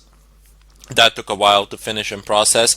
I was prompted once. I was given a README file in regards to wget program, wget packet, and the way you go about, the way you handle it is you press Q to exit. You do not close the terminal and terminate the updates. Rather, instead, you just press Q to exit the README file, and the update process will continue, no problems. So today we need to configure the sources list. Those are the list of repositories from which your Linux distro actually pulls various packets and information from. Just like Fedora, Kali Linux also has repositories, and if you go onto their website, you see the link is here. I have marked it. You have these 4 repositories that are the default repositories of Kali Linux, and you can just go ahead and copy paste them. Not a bad idea to do this. Sometimes, I don't know why, but I don't find them by default in the repository list, in the sources list, so I got to do it manually. You go ahead and basically type in cd/etc/apt. Apt. ls, and there you go. You have sources.list. You go ahead and type nano sources.list. Press enter, and there you are now in the repository file. This is where they are listed. This is where you can type them in. So let's just go ahead and copy these 2. I'm not going to worry about any duplicates now or anything of a kind. Duplicate repositories are not going to break anything, so no worries. The system is smart enough to realize that for itself. So I'm just going to go ahead and copy the 4 of these. Later on, if we want, we can sort this out and remove the duplicates or something of a kind, but for the time being, it doesn't matter. It's not going to break anything. Just copy all 4 of them, press Ctrl O, enter, Ctrl X to exit, and there you go. So once again, Ctrl O to save a file. So press Ctrl O, enter, and then Ctrl X to exit. Excellent. Now that we got that sorted out, we need to clear the screen, and even though we've actually placed our repositories there, it doesn't matter. The system will still not be able to pick anything up from them until we actually perform the following. So we need to do apt-get the space update. So we're not upgrading the system, we're just updating the repository lists. This should go through relatively fast, and at the end it is most likely going to report duplicates, but that is fine, that is okay, there is no problem there. If you're wondering why are we doing this, well, we do need these repositories in order to install the necessary headers for Kali Linux kernel, which we will need in order to install VirtualBox guest editions to get full screen functionality. Because if we continue to work like this in this smaller screen, it wouldn't be good, trust me. Primarily because we're gonna be doing a lot of things, we're gonna need a lot of windows that are open, and that can present problems. So there you go. It's not an error, it's a W, so it's a warning. It says duplicate sources list, duplicate sources list, duplicate sources list. No big deal there. We can correct these problems later on if we wish, but for the time being, there is no need. Let me just go ahead and clear the screen. And now what I want to do is install 2 more packages, which will allow me to actually install and run VirtualBox guest editions. So I have a pre-built command here for you that I'm going to run. It goes like this, basically. You have apt-get. You're calling the packet manager, you're telling it to do an update, but since we already did a few updates, I don't actually need that portion of the command. I'm just going to go ahead and use apt-get install-y, and then I have dkms. That's one package, and then I have another package, because you can specify a lot of packages here, as many as you like, pretty much. And then I have Linux headers dash, and what this here is, this is a variable. This $sign. This is some sort of variable, a string, and whatever this command uname space dash r outputs, it will be stored into this variable and it will be added to this text line here. So let me just show you. I have uname-r that I ran here on my terminal, and what I got was the kernel version and the system architecture 62, 64, or 32-bit. I'm just going to go ahead and press enter. There is nothing to do as I have previously installed them. I didn't want to waste time during the tutorial, but this command is going to fly without any problems, especially because you have -y argument. You're basically saying to your packet manager, if you have any questions for me, just answer them all with yes. So that went just fine. The install process, I'm just going to go ahead and run apt-get upgrade. You want to make sure that this happens after the installation. I already did it, but just doing a bit of a show here. And it says that 2 of them are not upgraded. It says Metasploit and Metasploit framework, but it says that the packages have been kept back, so this is being done for a valid reason. We will get into that a bit later on, but for the time being, let me just go ahead and clear the screen. One of the first things that we need to do now is go ahead and click on Devices, Insert, Guest Edition CD Image. And yep, there we go. It popped. This is a warning that Kali Linux issues and that many other Linux type operating systems issue. If you have content that is on a CD or a USB or something like that, and if it's configured to run automatically, the system will block it and then it will ask you for a permission. So the medium contains software intended to be automatically started. Would you like to run it? I'm going to go ahead and click run and most likely get an error. There we go. Error, auto running software cannot find the auto run program. Now the error message, it doesn't really tell us much in this case. I guess we could take a look at the log files and so on and so forth. But here is the solution which you can apply, as this is a common problem that people encounter all the time. So there are some standardized solutions and patches to this sort of problems. So just go ahead and type in the terminal cd to change the working directory. Navigate over to where the VirtualBox guest edition cd is, which is, you can use the same path that I'm using. So media, and then ls, and then cd again, cd rom 0.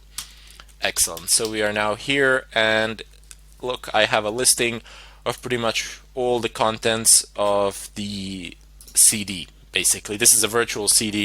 It's not a real one, but it works pretty much just the same. So this is the file that I want. I want to move it from here, so I'm just going to go ahead and use command cp. You can also use move command, but you're permanently going to remove it from here, and that is not what we want to do. So just type in cp for copy, type the name of whatever you wish to copy, very simple, and then specify the path to where you want the file to be copied. I want it to be copied in my home directory. Press enter, and there we go. Now navigate over to your home directory, get a listing. Excellent, it is there. The way to run any script in Linux, any executable file in general, not just a script, is just to press dot slash and then the name of that file, press enter, there we go. It is running. The guest additions are being installed. I have attempted this process before just to make sure that everything would run smoothly, and that's why it says removing existing things. Anyway, it might take a while for it to finish, but I assure you it will. There's a lot of things to do, and that's why that is why it's taking a bit more of your time. Now, aside from the full screen functionality that we're going to get by installing VirtualBox guest additions, just in case you think it's a bit of a pointless effort if you are a student, because as a teacher, I have to have the full screen so you can see everything. You also have, under devices, drag and drop and shared clipboard.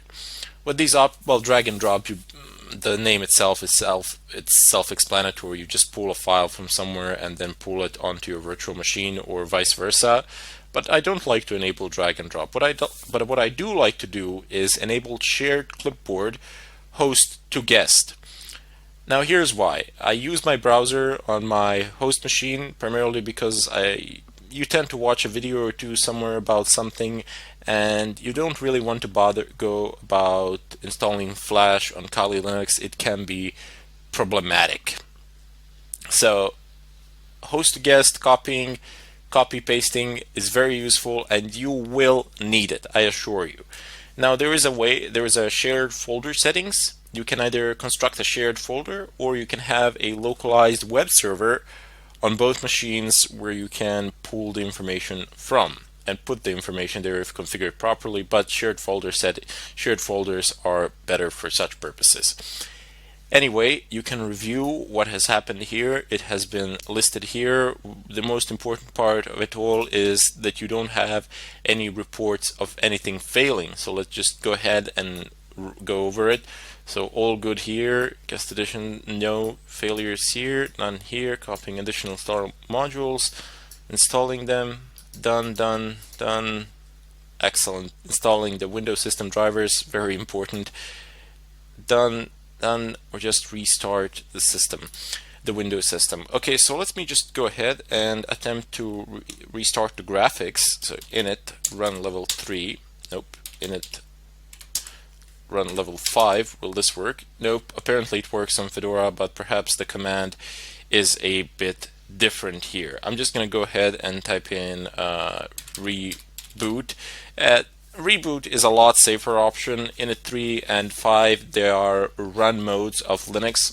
One is basically without any graphical interface, pure text, and the other one is with a GUI.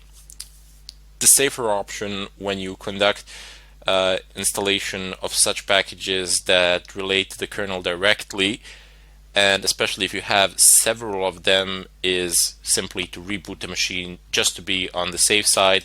It doesn't take up a lot of your time. It happens very fast, and it's a lot safer option. It's going to save you a lot of headaches in the future. Excellent. So we have our boot here. Just press enter. And let's just go ahead and close this. Let me just load the full screen, and let us see if it will actually happen, if the VirtualBox guest additions that we have installed will work. If they do work, great. If they don't, we're going to have to try something else, as these things do have a tendency to break and problems can occur. So it's booting. Come on. Okay, I need to log in first. Root and test below. Excellent, there we go. I have a full screen. Let me just, oops, the image is being adjusted. Excellent, there you have it. So we have Kali Linux now running in full screen mode, which is fantastic. Now we have a full overview of the situation. If I open up my terminal and, oops, the scroll doesn't seem to work. It needs to be configured manually. So if you zoom in, that's one of the things that I find very annoying about Kali Linux, but oops, yep, there we go. That's it. That's how you zoom in. What? Control plus minus, zoom out. And view, zoom in, control plus plus, okay. So I am pressing control plus plus, but it seems to be minimizing things. Oh well, what can you do about it? Doesn't really matter. I will enlarge it later on as we progress through the tutorial. There are a few things that can be here, especially with the keyboard keys that you are using, because it's a virtual machine. If you were using Kali Linux as your main machine, as your host machine, you wouldn't have such problems, but as I have stated previously, it is not a recommended option. In any case, that would be it for this tutorial. These are pretty much all the preparations that you needed to make. And next up, we're going to get into the Linux command line interface. I need to acquaint you with it. Even though we have done some of the commands, they are a very small portion of what we need to learn, and I do need to explain them to you because we're going to be using Linux command line a lot. Basically, whatever we do, we're going to need it. And with that, I bid you farewell and sincerely hope to see you in the next tutorial. Hello everybody and welcome to this tutorial. Today I will introduce you to the Linux terminal and show you some of its basic functionalities. So in Kali Linux, terminal icon is located in the upper left corner, this black thing. So just click on it and there you go. You have the terminal up and running here. By default, it opens up a root terminal in Kali. So if you want to, usually people want to configure it, but if you don't want to configure anything else, this is perfectly fine. You don't actually need to do anything else.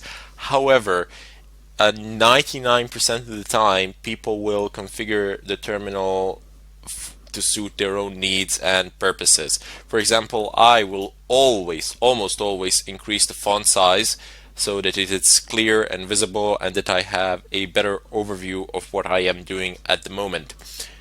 And it also reduces eye strain according to some articles. Anyway, so just go ahead and right click anywhere on the terminal itself, not on the bar but on the terminal itself, and then you have show menu bar. Now we can see it here. Go ahead and click on edit. You can click on profiles as well and create new profiles here by just clicking on new, giving it a name, and then configuring it in the preferences. However, we're going to be configuring the default profile since there really is no need to create any additional ones. Go ahead and click on profile preferences. And here you have a great deal of options. One of the first ones that you will see is that you can use a system fixed with font. So this is not good. You see, this is very small. You do need, I always need to change that. If that's fine for you, you can keep it like that, but I always change it. And I have monospace 20. If you click on it, you can change the font size here. If you wish, you can change the font that you're using. And that would be it as far as this place is concerned. You have some other very simple options here. It says show menu bar by default in new terminals. I generally take it. I think it's a good idea since you always need to do something like open up a new tab or something of a kind, but you don't need to. You have the cursor shape here. It says block, I-beam, underline. Just want to show you how it looks like. You can view the terminal as the changes are applied. So you have a block and you have an underline. I prefer a block. You can use whatever you wish. It will not affect you. It will not affect you in any technical sense, that is.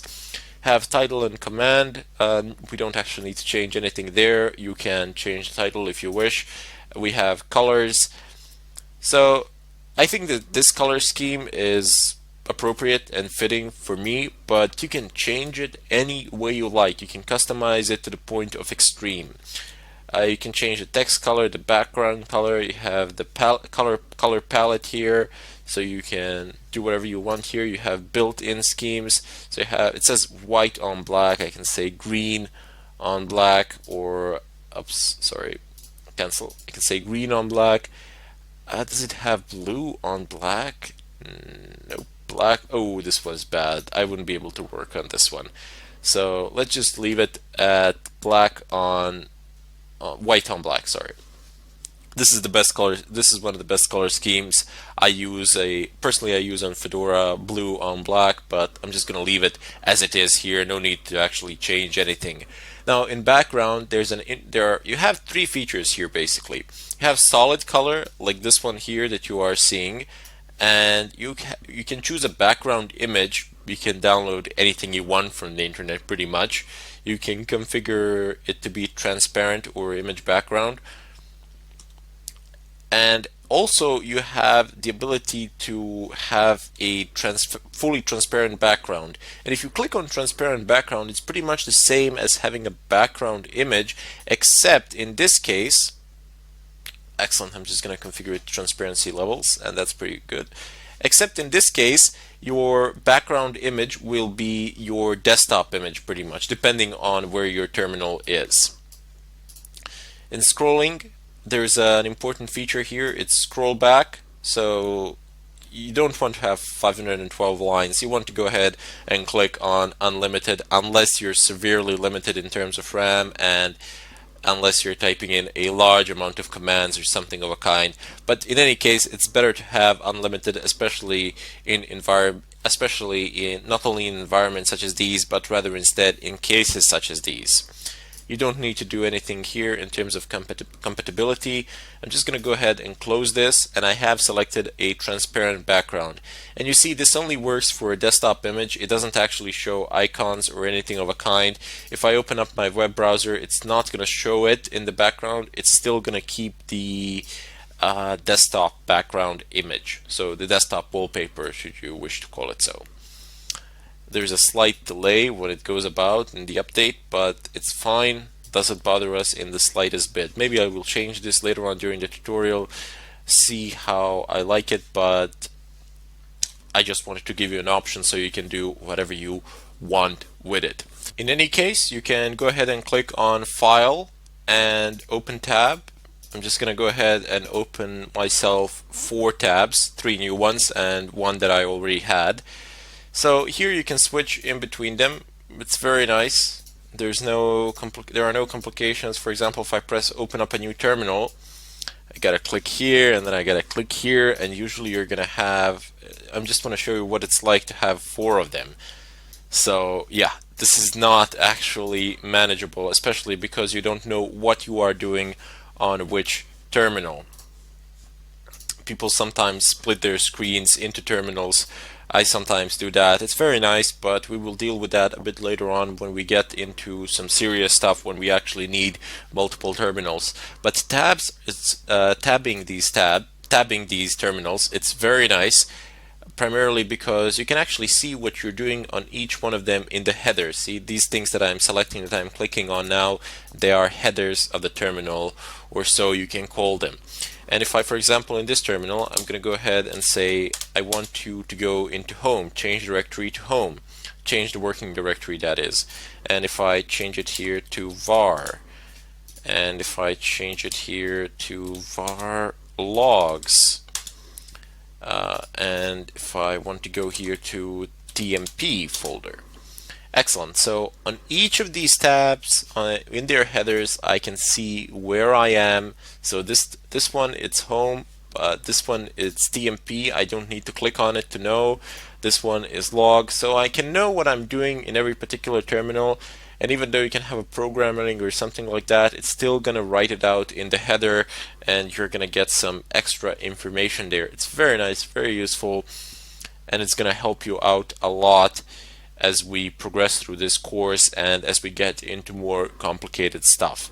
Anyway, I just want to introduce you to the Linux terminal. We have done some work with it before during the installation of VirtualBox and VirtualBox guest editions, but basically there I've just given you the command and you're gonna basically just rewrite it or copy paste it, and that's going to be it. But here I will, in the follow-up tutorial actually, I will start explaining the fundamental Linux terminal commands, the most common ones, the basic ones, and there you will be able to see the logic of things and how this Linux terminal works and functions, because once you actually learn that, it gives you a huge amount of power. All the power of an operating system rests on its terminal, because it's a direct interface to the kernel of the system, and it's a lot faster than the graphical interface.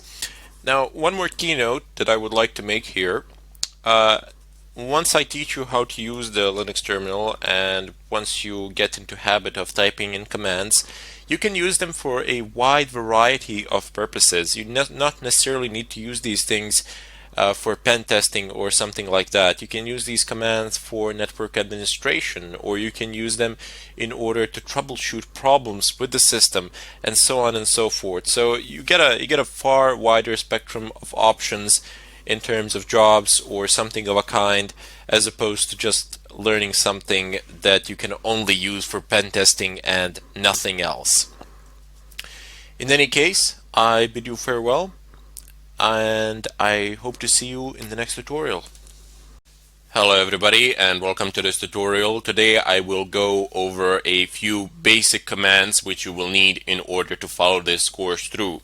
Now, these basic commands they're used in order to navigate within the terminal or through the file system, to figure out where you are at the moment, to copy things, move things, get listings of files, folders, see the contents, remove them, change the ownership of files, or change the modes of files. You will see shortly what I mean. So first off, we have cd, which is change directory. So if I just type in cd /home, I am going to navigate over to my home directory.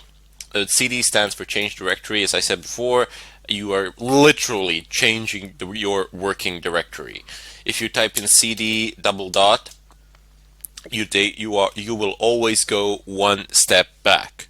So double dot is always the previous folder. Bit of a shortcut there. You will use it fairly often. Next up, we have ls. ls shows you the listing of the current folder contents, but you can also use ls / for example home, and you get the listing of a specified folder as well. Typing ls in and of its own will give you the listing of the current folder, as opposed to typing ls and then a path to a folder which will give you a listing of a specified folder. In addition to that, you also have ls-l, which will give you a long listing. So it will tell you who the owners are, the size, the date, the type, the permissions, and so on and so forth. However, one of the more common usages of ls is -la to show the hidden files as well. You might notice that I am not using ll like I generally use in Fedora, because /ll command not found. I guess I could install it here as well, but it doesn't really matter. It performs fairly similar function as ls does, but it's a bit faster to type in. So I'm just going to go ahead and clear this. Next up is pwd, which prints working directory, and you might find this a bit confusing, but / in all Linux Unix-like systems, it simply refers to the root directory, to the beginning, to the root directory. So your main, from where all the files are located, and from where everything begins, so to say. But let me just make it a bit clearer. I'm going to navigate over to home and then do pwd. You can see that I am in home at the moment. So print working directory does exactly what the name itself says. It prints your current working directory. Next up, we have our cp command, which we already have used in order to copy VirtualBox guest editions from one place to another. Fairly simple. You type in cp path up. Let's not do it like that. Let's do a real example. So if I, for example, go ahead and type in cp vbox guest editions Linux edition, sorry, .run, and if I, let's say, want to copy it to somewhere. Let's say that I wish to copy it to var. I will delete it, of course, and I'll show you how to do that as well, but it's fairly simple. And if I want, like, well, I don't want recursion, I just want the verbosity. There you go. So CP, VBOC, you specify what you want to copy and where you want to copy it to. Keep in mind that you could have actually typed in here a folder, a full path to this VirtualBox guest editions.run. You didn't actually need to be in the home directory. And this -v option gives us this. So it tells us what was copied where. Very useful option. Let me just show you what would happen if I didn't have that. Oops, just like this. Nothing. There's no output or anything of a kind.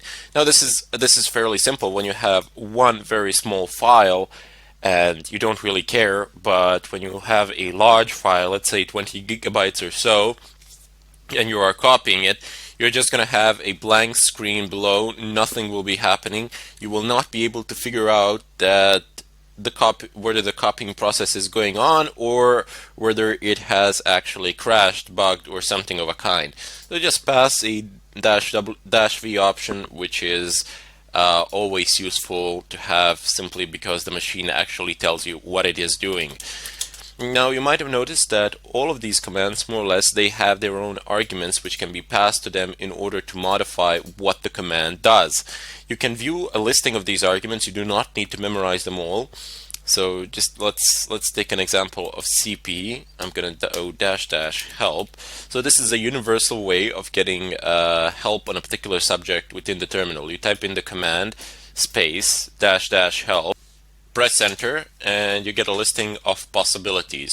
So I know it looks a bit messy and a bit difficult to see, but you don't actually need to look at all of these things here.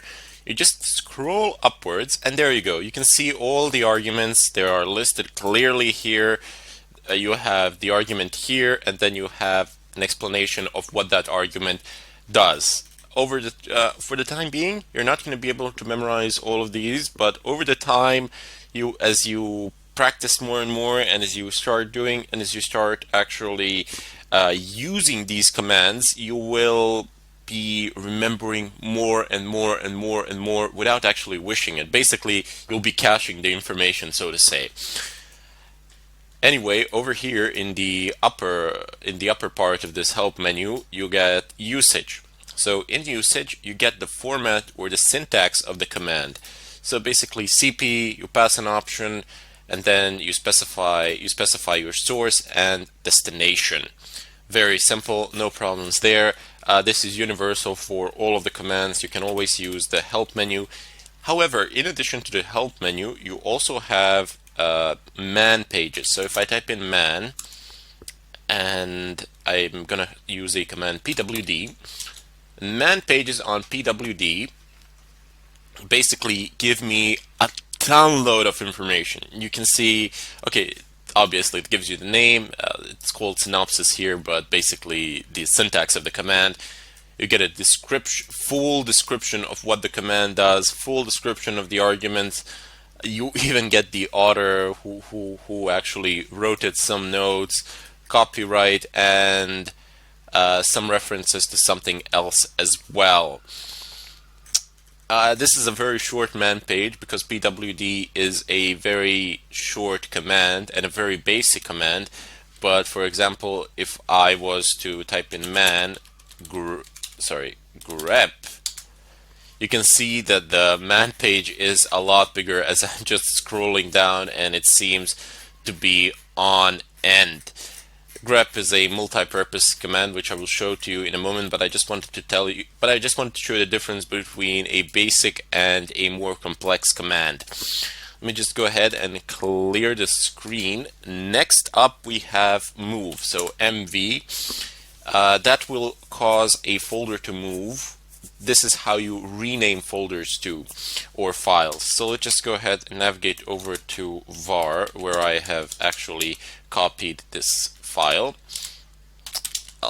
Excellent. So if I say move VBox guest edition, Linux editions, I can move it either to some different folder under some different name, or I can just rename it within my current folder. So if I just type it in, I don't know, let's go random is not so random. I'm just gonna rename it to that and say dot run. You can put whatever extension you want. Of course, it won't function the same, but I'm just showing you the way of renaming a file. And if I do ls again, you see that this is that VBox Linux Editions.run has been successfully renamed to random is not so random.run. I can also do this. I can, for example, move random is not so random to my home directory, and if I do ls and then specify a path to my home directory and press enter, you can see that I have actually moved it here. But unlike the copy command, it doesn't retain the original within where the destination, wherever the source might have been. So once you move it, it's gone from the source folder. However, it's going to appear in the destination one. Also, a tricky way when you delete something with move, when you move something over something else, it's so difficult to recover, if not impossible. Also, be very careful with deleting files in Linux, because once you delete them from the terminal, you will not be able to recover them, basically. There are some complex procedures that might give you the fraction of what you wanted to recover, but if you remove it from the terminal, it's very, very, very difficult. It's not like Windows or something of a kind. When you delete something in Windows, you can always recover it. Basically, you didn't even delete it, nonetheless something else. You just don't see it. But here, when you delete something, it's gone permanently. So take great caution, take great care, but don't be afraid. I mean, over a certain period of time, these things become second nature to you, and you will take it into consideration without even thinking about it. So let's just go ahead and clear the screen. Next up, we have cat. Now, cat gives us. Let me show you what cat does. So, oops, I cannot cat the random. Because it is not there, of course. So let's just navigate over to home and let's cat random is not so random. And you see what it does. It actually shows you the listing of, this is a bit of a longer file. So it shows you all the entire contents of that file, whatever that might be. This content is not pretty at all. You can't basically read it like this, but doesn't matter. Let's just create another file, and I'm just gonna cat it. So Nano is my favorite text editor from the terminal. You will need to learn how to use terminal text editors, because primarily you don't want to be switching back and forth between GUI text editors and working on something in a terminal. It's extremely time consuming, and plus here on Kali Linux you can actually edit things with root. However, if you are, for example, using some other distribution or something of a kind, most of the GUI text editors you will not be able to run them as root. You will get an error message.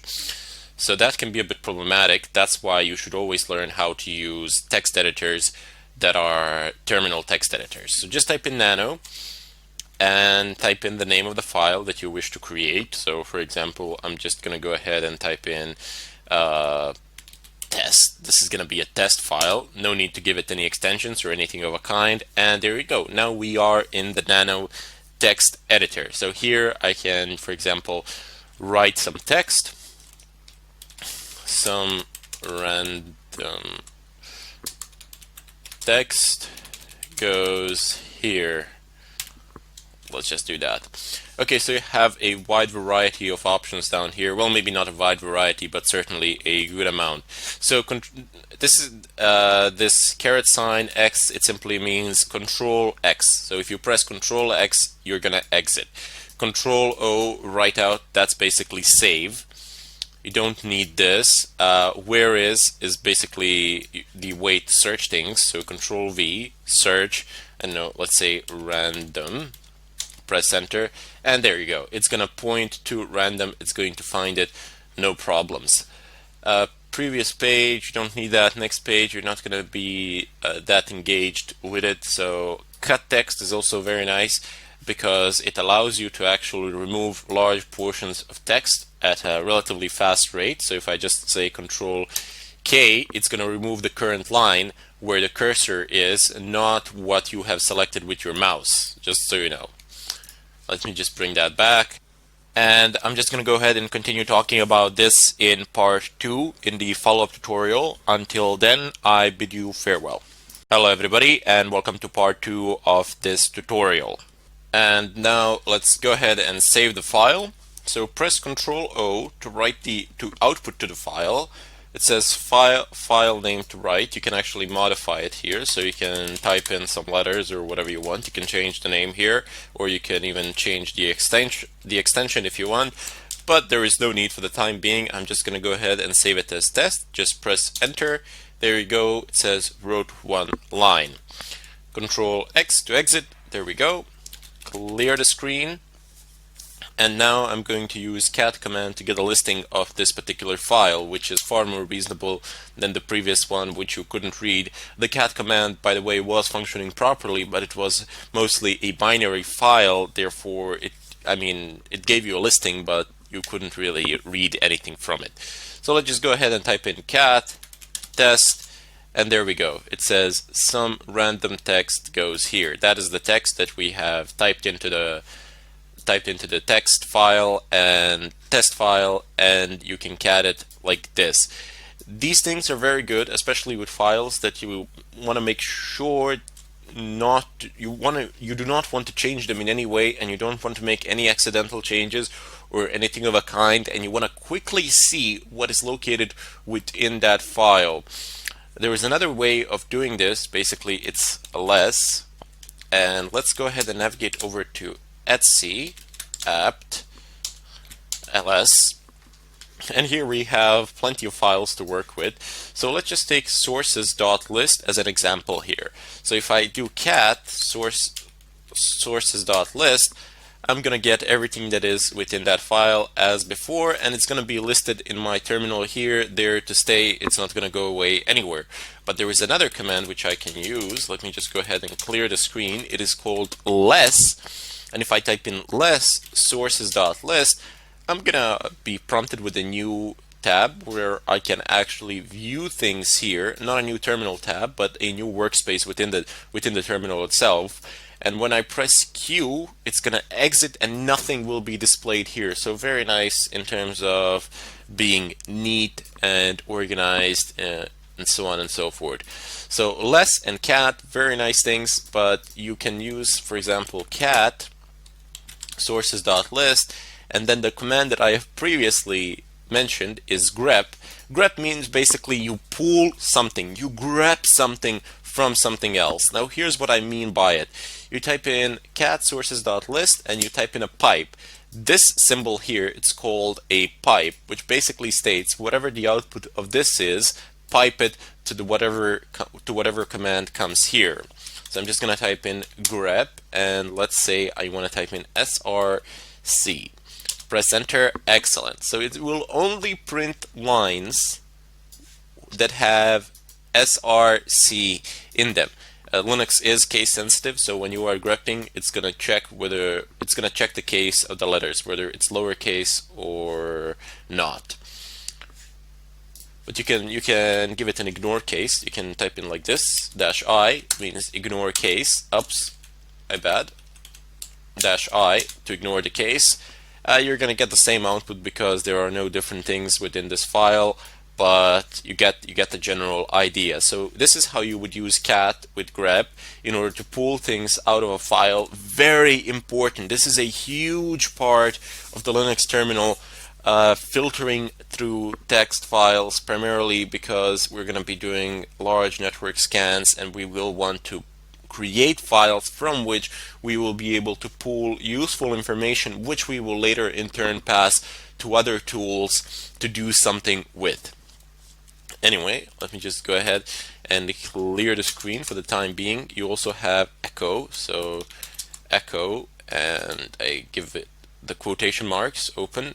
Let's say I am alive, close quotation marks, and it will echo these words. It literally is an echo. You type something into it and it echoes them here. Well, let's just go back to the home directory now, get a listing, and use exactly the same command, echo live. By the way, you can scroll through the previous commands by using arrow key. So up arrow, using the up arrow key and down arrow key, you can scroll back through your previous commands and you don't need to retype them. So I am alive, and I'm going to insert this. So I'm going to use a greater than sign and type in test. So this will echo I am alive into test. And if I do less, I'm going to use cat test. You see, it has replaced the contents of the test, which was some random text goes here, into I am alive. Very nice command to have. You can change variable names, variable values with echo, and so on and so forth. We will use this a bit more as we progress through the course, and I don't really want to get in depth here, primarily because later on when we have clear examples that directly relate to what we are doing at the moment, which is basically pen testing, then you will see more advanced usage of pretty much all of these commands, especially grep. We have touch. Touch is a quick way to create files. So for example, I can do touch and I can say file 1, file 2, file 3. Press enter, ls, and you see it has immediately created 3 files. So touch is a very quick method. Oops, a bit over my head there. Anyway, touch is a very quick way of creating any amount of files that you wish, and you can specify folder paths. You can create this file in home, this one in var, this one in var log, and so on and so forth. Anyway, down below you have mkdir. So if I go ahead and type in mkdir, it's make directory. So you are making some sort of a directory. Let's say the name of this directory will be place to be. And if I get ls, there we go. It states that this file is actually a directory which is a place to be. I can even navigate to it and say place to be ls. There is nothing in it, but get the idea. You can make directories in such a fashion. Now chown, if I type chown, it allows you to change the ownership of a particular file. Now, since we only have a single user here, which is root, there isn't really any point in doing so unless we create some other new users. But we're not going to do that as we don't need them. But just to show you how this would work, for example, if the owner of a file was not root, and if you wanted to change it to root, you would do the following. So chown, and then you would type the username, colon, the user group. So the user group and the username are usually the same on your home PCs, unless you're on some bigger server or something like that. And then you would just specify the name of the file. I don't know, you can type in test. There we go. So it will change. It will effectively change the ownership of file test to the username root, who is from the user group root. And if I do ls, you can see here it states who the owners are and which groups actually own the files as well. So if I clear the screen, there is another more used command. It's called chmod, and this command allows you to change file permissions. So this is something that you will need to use on a daily basis and quite often, primarily because, well, you see, if I have an executable file in Linux, for example, let's just go ahead and edit. Well, actually, we don't need to edit it. We can type in echo, and not like that. Hello, close quotation marks, and I want to output this to test, and I want to move test to test.sh. sh is basically an executable, one of the scripts that's a bash script for Linux that in such a way you can automate tasks. We will deal with it in greater depth as we proceed through the tutorial. You will need to be acquainted with bash scripting, definitely, but bash scripting is very similar to the terminal itself, so pretty much all the commands that you use in the terminal you can use in bash scripting as well, basically just combining a bunch of them in a file. And now I want this to be my executable, but you see the way to start executables is /, as I have stated previously. That's a command to start any executable, and if I type in test and I press tab, it doesn't give me a list of possibilities. Why? Surely now test.sh is an executable, but no. You see, it doesn't have a permission to be an executable file. You see here the difference, that just take a look at this file and take a look at this file. This one is green, this one is not. And now look at their permissions. So you see it has a marcation that it is executable for all groups, users, etc., while this one up here, test.sh, does not have such permissions. You need to change that, and the way you change it is chmod, and you type in +x. So if you want the file to be writable, you type in +w. If you want it to be executable, +x. If you want to be able to read the file, +r. Very simple. There is also a way of doing this with numbers, so you can type in 755. You don't try remembering all those modes. Whatever you need, you basically go on the net and check. It can be quite complicated, but these three you need to know. It's +w, +r, and +x. And also 777, which is a global mode. This is the mode that is not recommended for actual usage, but you use chmod to actually test or troubleshoot things. For example, if you want to be absolutely sure that certain actions are not being prevented due to file permissions, you change the mode of those files to 777, which is the global mode that anybody can do anything with the file. And if you still have an error message, you know that it is absolutely not related to anything in regards to permissions. So those four things you do need to know. So let me just go ahead and type in +x, type in not random, it's not so random. Type in test.sh, press enter, and if I do la once again, you will see that test.sh is now executable. Let me just run it. And there you go. If I run this, it's going to echo hello onto my terminal screen. Now there's a bit more to go, not much more left. There is just one more command that I would really like to show to you, and that can be a very dangerous command indeed. It can mess you up in ways you can't even begin to imagine yet. That is the command rm. So rm is basically remove. And once you remove things with this command, it's next to impossible to recover pretty much anything.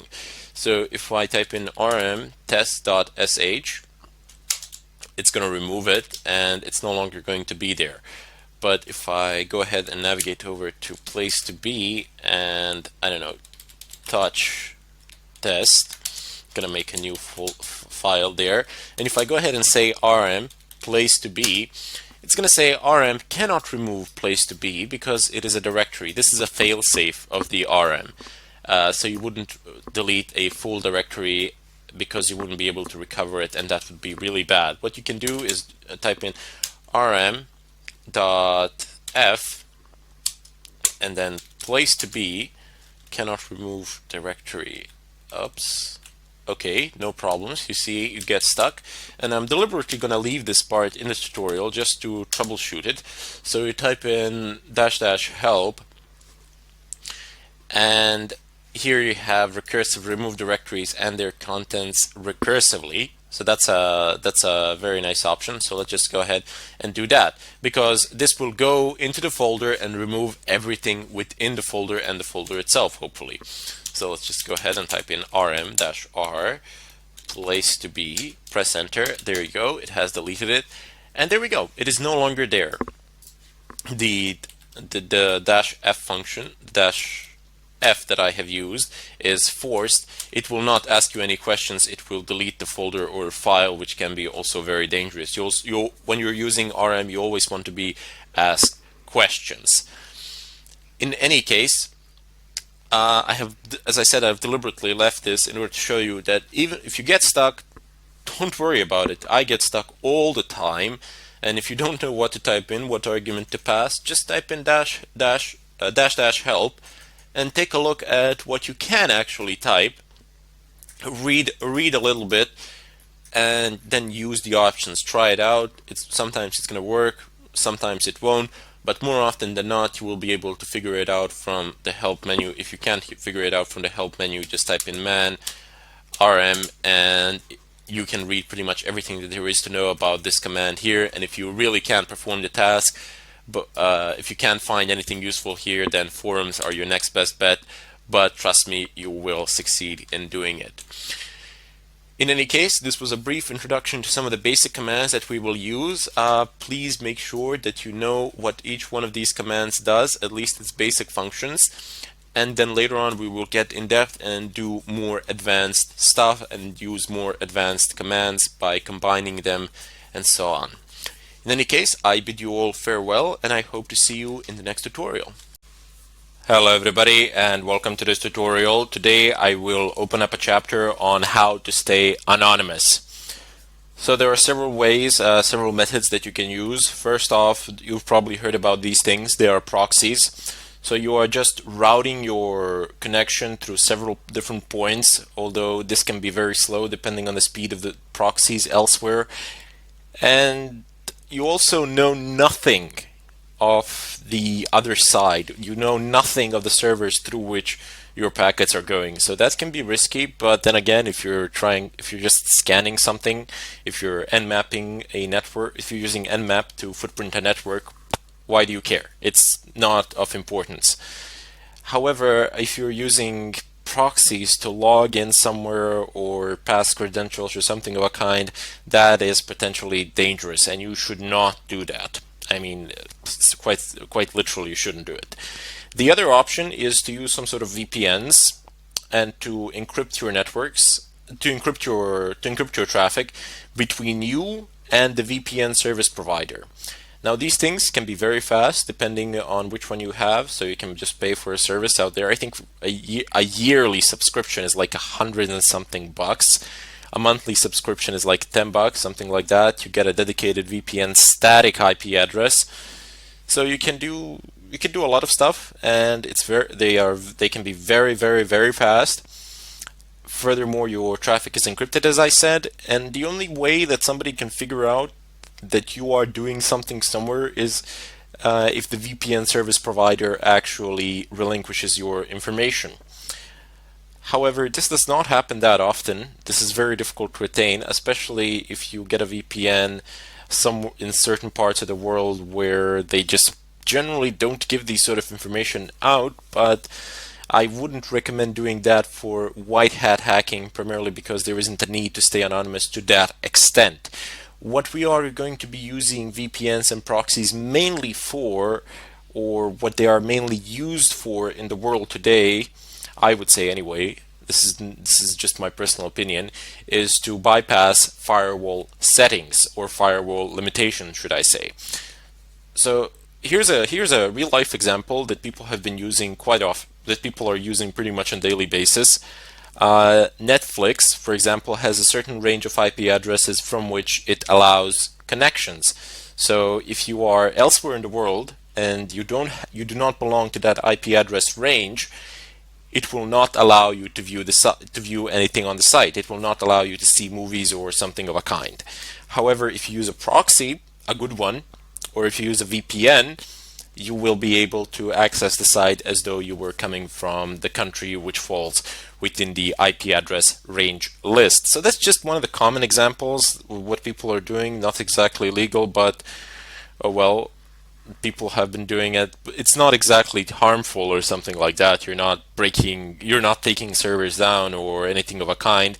But people have been using it in order to be able to watch Netflix from, I don't know, a cell phone when they're traveling or something like that. In any case, there are numerous other examples. When you want to bypass certain firewall settings, primarily you bypass the IP range lists which are allowed to access a certain server or something like that. But also, Also, for example, if you have a certain server whose traffic is mainly generated from a single area, from a single country, and you do not want to be, for example, scanning it from, I don't know, an IP address that belongs to the area in China or something like that, because those IP addresses, they look very differently. I mean, of course, they're written the same, but any network administrator, as soon as they see that IP address of that kind, that is far away from their geographical area, they will know that it's an anomaly of some sort, and that it doesn't belong there, and they will be intrigued. They will start looking. So that is not something you want happening to you. You want to be accessing the server from where all the other users are accessing it from, in order to hide yourself in the mass. In any case, that is what we shall be doing in this chapter and a few other things. But for the time being, for this tutorial, I want to show you how you can actually access the dark web, or the hidden web, whichever way you wish to refer to it. Now, the rumor is that the dark web is a lot bigger than your regular internet, that there's a lot more information there, and I use its resources. Oh, a lot of people do. There are some very nice forums where you can get a lot of good stuff. So I would definitely recommend trying it out, and you will, at some point of time, you will need it. For that, you will need to install a Tor browser, and with a Tor browser you will be able to access Darknet. Now, it is not installed by default on Kali, and this is one of those rare occasions and rare situations where we will actually need a different user other than root in order to be able to do anything with Tor, in order to be able to start it. So first off, I'm going to go ahead and create a new user. So just open up your virtual machine. You see mine is already opened up here. I'm just changing the size so that you can see that it's a virtual machine. And I have my terminal up and running here. I can close it and reopen it. There you go. Just open up your regular terminal and type in the following. So first off, we need Tor. I will explain what Tor is in a moment, but you just type in apt-get space install Tor space -y and press enter. With this command that I am highlighting at the moment, Tor will install no problems on Kali as long as you have an active internet connection. It is not installing here because I already have it installed. The following fact, right? Yep, there we go. It says Tor is already the newest version. So it is already installed. It is the newest version. I have deliberately skipped all the verbose installation, the entire verbose installation mode, primarily because you're not going to see anything useful there at the moment, and it's going to waste quite a bit of time.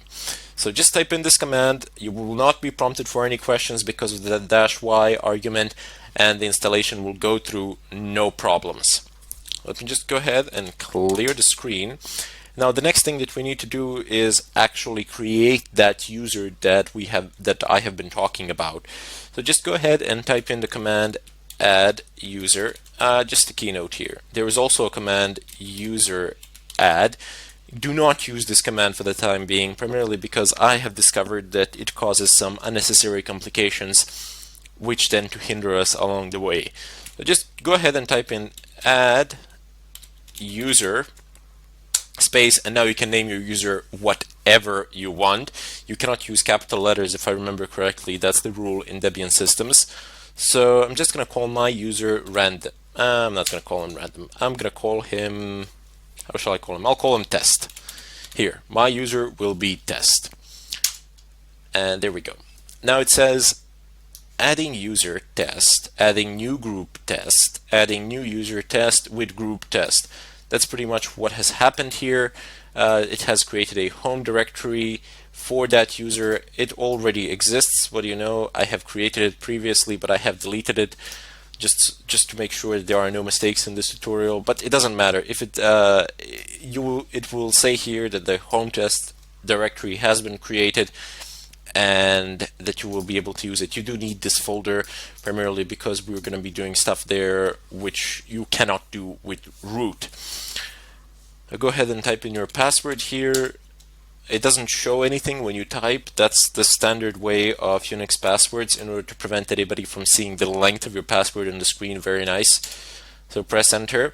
Now you are prompted here for some username information, for some information in regards to that user, completely irrelevant for our purpose today. So we do not want to type in the full name, room number, work phone, home phone, other, don't care. Is this information correct? Sure, why not? Press enter, and there we go.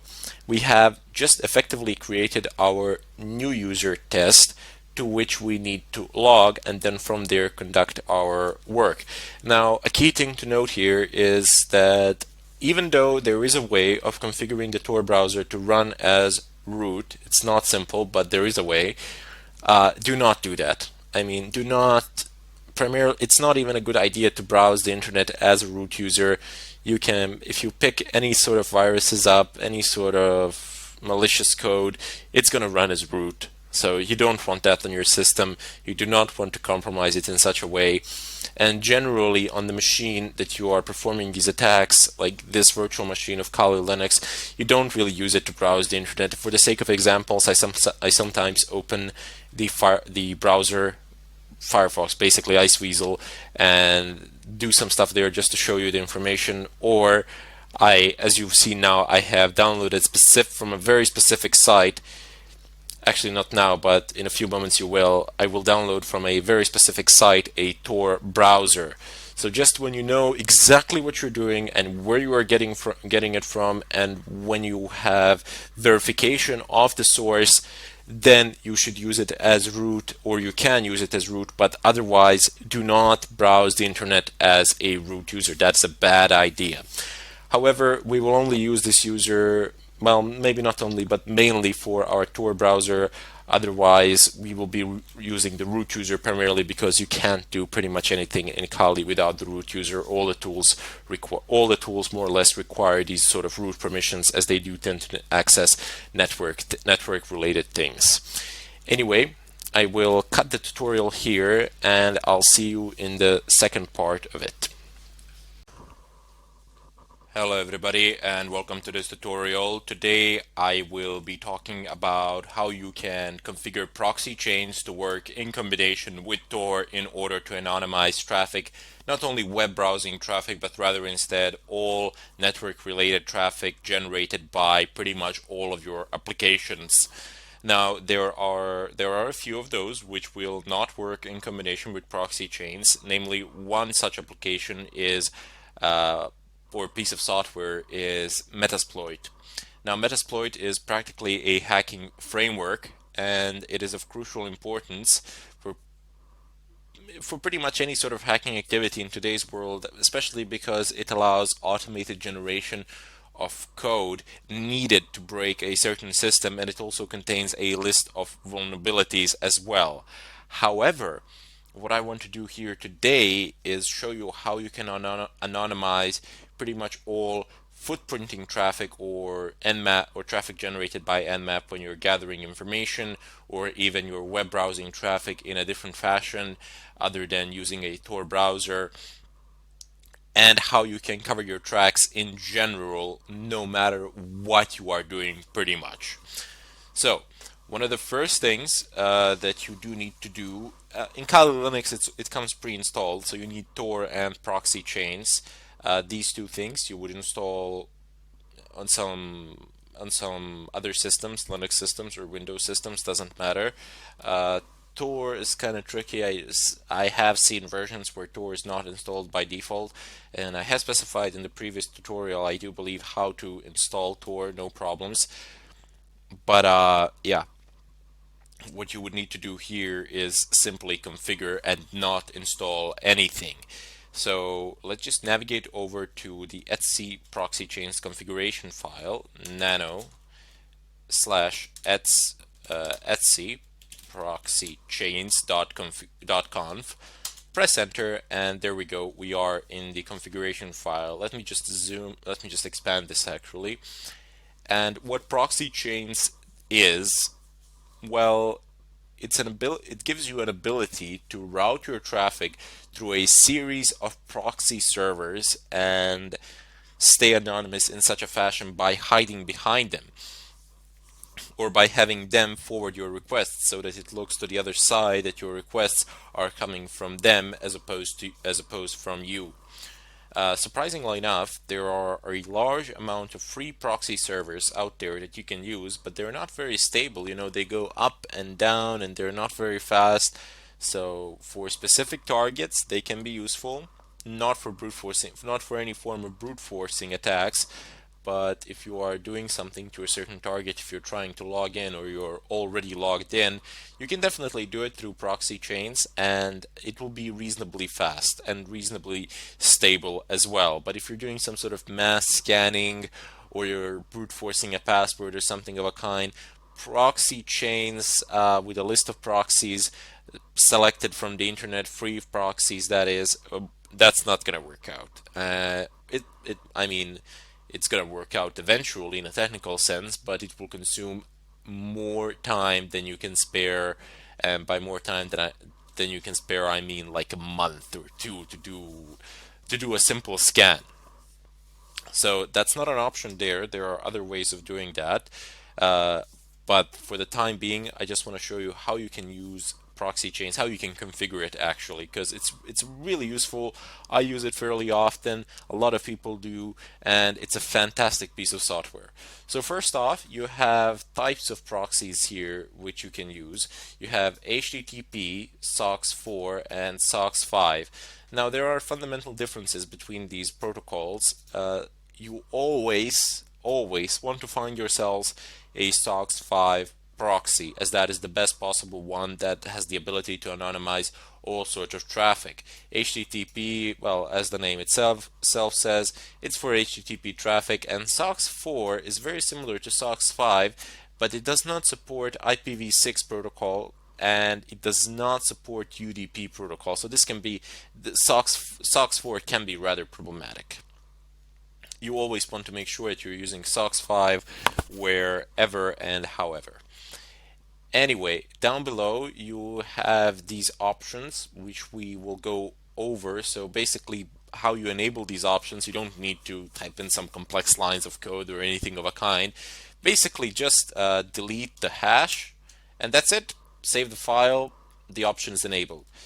This hash presents a commented outline, meaning that the system reading this file will ignore it if there is a hash. If there isn't a hash, it will take it into consideration and interpret it accordingly. Anyway, what we have here are statements which allow us to specify how we want our traffic to be routed. So first off, we have dynamic chain. Dynamic chain is an option which you will find people using the most. It is most commonly used option, a preferable one, and honestly I think it's the best one, primarily because it's the most stable one. And here's why. Suppose you have A, B, C, D proxies, so those are some servers with IP addresses with open ports, and if you have a strict chain policy like we have here, you will only be able to access any site on the internet in general uh, by going through A, B, C, D. So you have to go through all of them, and you have to go through in that specific order, A, B, C, D. And that's not always a good thing. I mean, if you're paying for 5 proxies, that's not a problem because they will always be operational, they will always be up, and why not? That's not a bad option there at all. However, most people use free proxies and they don't tend to pay for them. Why would you pay for 5, 10 proxies for a simple scan or something of a kind? They're not free, they cost money. They're not that expensive either, but still, I mean, the act of paying itself identifies you and it kind of diminishes the amount of anonymity you have on the net. There are some complex payment methods which you can use to anonymize yourself, but still, it's far simpler to simply go ahead and use dynamic chains. So I'm just going to go ahead and uncomment, oops, and I'm going to uncomment this line. Go ahead down below and comment this line and comment this line out. So strict chains will no longer be used. I will be using dynamic chains. One more thing to note here is that if you want to use proxy chains in combination with Tor, so if you want to route all of your traffic through the Tor network, not just the web traffic, you must enable dynamic chains. I mean, there is a chance that it will work with strict chains, but due to the instability of Tor nodes, it is highly unlikely. You will need dynamic chains, and that is why I am using them today.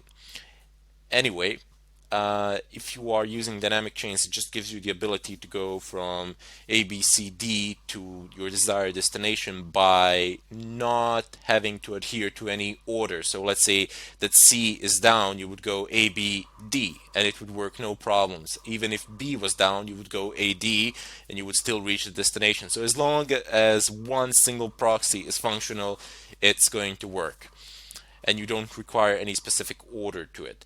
Down below, you have a random chain. Now, random chains are in effect basically the same thing as resetting your services. I mean, if you're resetting your Tor, you will be assigned a new IP address. I mean, Tor assigns you a new IP address every 10 minutes or so anyway, but with the random chain, you can specify a list of IPs, and then you can tell your computer, okay, I want you to connect to this point, and every time you connect, every time you transmit a packet, I want you to use a different proxy. You can do that as well. That's one of the options, definitely. You can say, okay, go use this one 5 times and then change it to another one or something of a kind. There are a lot of options to specify there. Primarily the chain length. Anyway, if we go ahead down below, there's the quiet mode. You don't really need that. Proxy DNS requests. No leak from DNS data. This is very important. You cannot have any DNS leaks. Let me explain to you what DNS leaks are. Even though somebody cannot get your particular IP address, they can get the IP address of the DNS server that you are using. What DNS servers do is resolve domains to IP addresses and vice versa. So, for example, if you typed in, I don't know, youtube.com, the DNS server of your local ISP provider will resolve that into some sort of an IP address that the YouTube has, and it will make a request, no problems. You do not want that happening because your local DNS server will be discovered, and that information can be used in order to figure out your personal IP address, and then when that is done, your physical location is pretty much compromised. So that's a no-go. You definitely need proxy DNS here. It might slow you down a bit, but without it, you're practically not anonymous. It's just a matter of time before somebody finds you. If you go down below, oops, we have some other options here, but we're not really interested in them at the moment. What we got here are formats for entering proxies, and I'm gonna leave it at that, and then we'll explain the rest in the follow-up tutorial.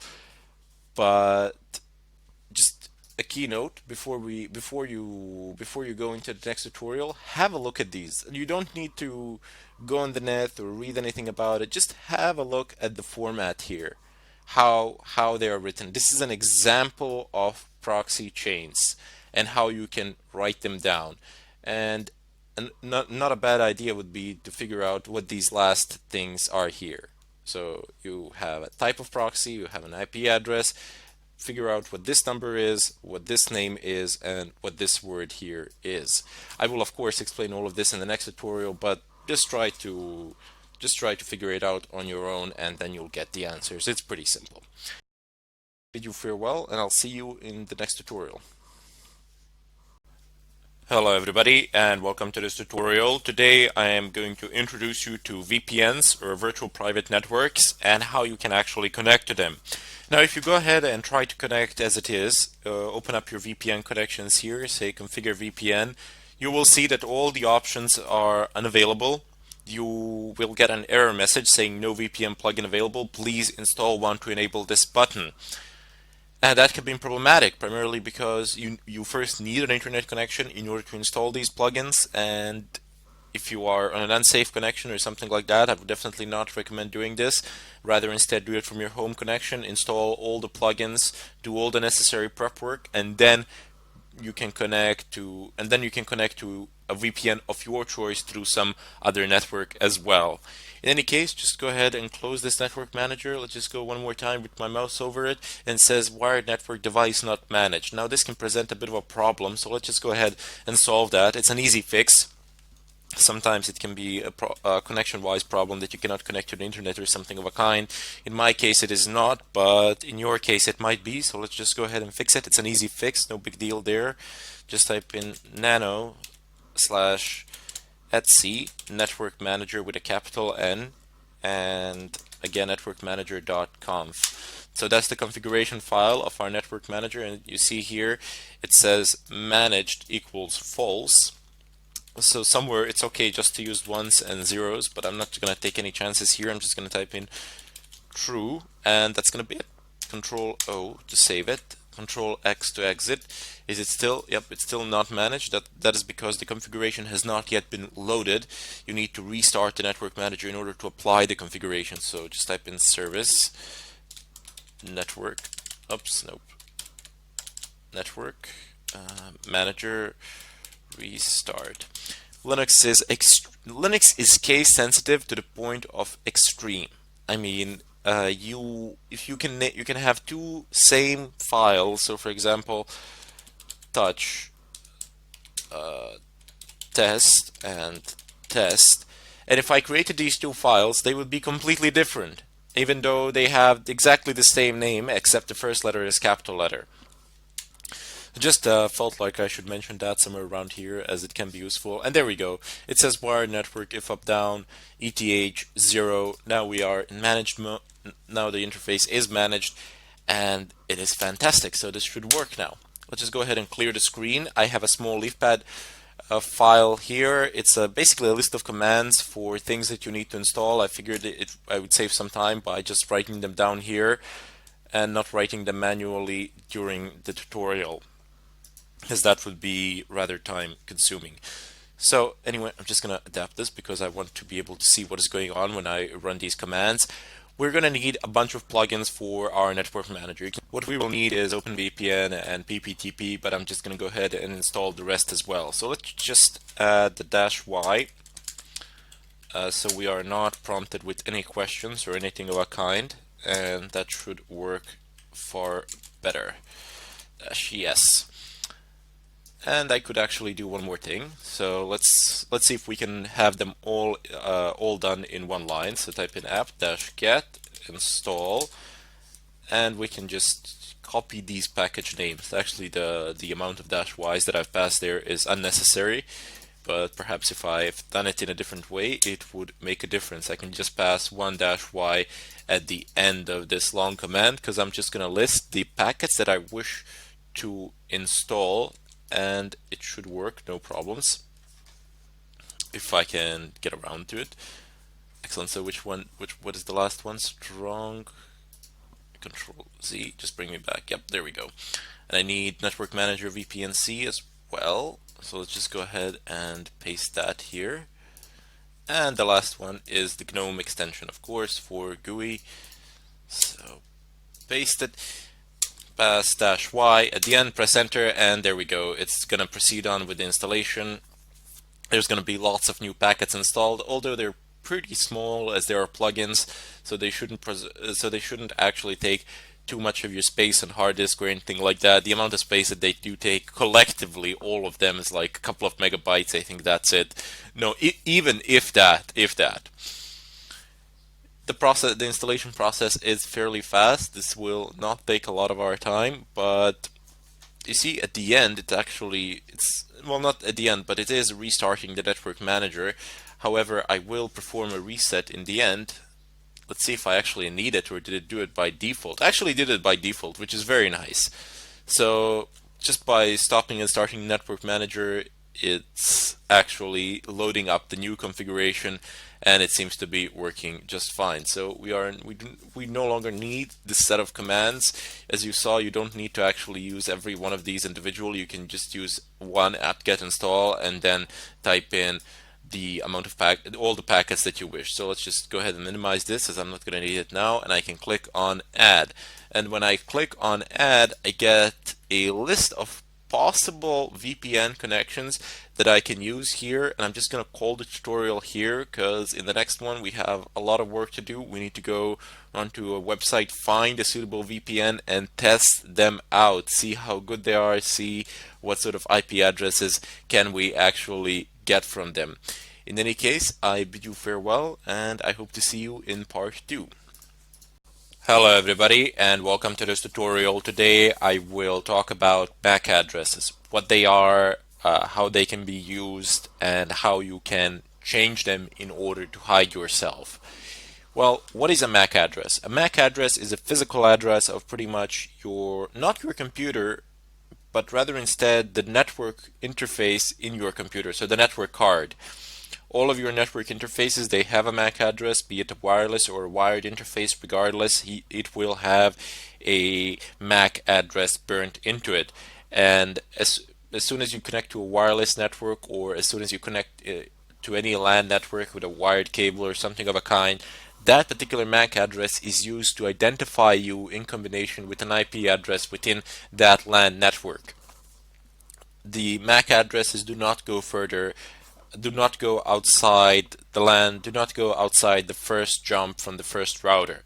So as soon as you go through the first router from your PC, your MAC address is no longer being shared. Anyway, let's just see how a MAC address looks like. So what command do we use if we want to list our network interfaces? Well, you use ifconfig. ifconfig. Press enter. There we go. So I have a loopback interface, which I'm not really that interested. I just want to remove it for the time being. ifconfig eth0. And there we go. So I just wanted a listing for this particular interface, and this is your hardware address. Here it is. Do not confuse it with IPv6 address, which is here. You can see that it is a lot longer and has far more characters than a MAC address. MAC address is usually, well, not usually, but always, and I mean always, the first 3 sets are used to identify a manufacturer of the device. So the manufacturer is identified by the first 3 sets, and then the manufacturer assigns other 3 sets to particular devices as is decided. That you can't really utilize these last 3 sets because you don't really know what the manufacturer has done with them. But you can use the first 3 sets in order to figure out who has produced the device, and if you know which company has made the device, then you can know the possible vulnerabilities of that device. This is also one of the methods of footprinting, of figuring out a MAC address of a device, and if you have a MAC address, you can conclude with reasonable safety who the device belongs to, not who the device belongs to, but who has produced it, and in doing so you will get a better idea of what you can do with the device, how you can exploit it, and so on. Well, let's just have a look at it a bit closer. ifconfig. You can also do this. So let me just give an example of a grep command. You can use pipe grep, and you can type in this hwaddr,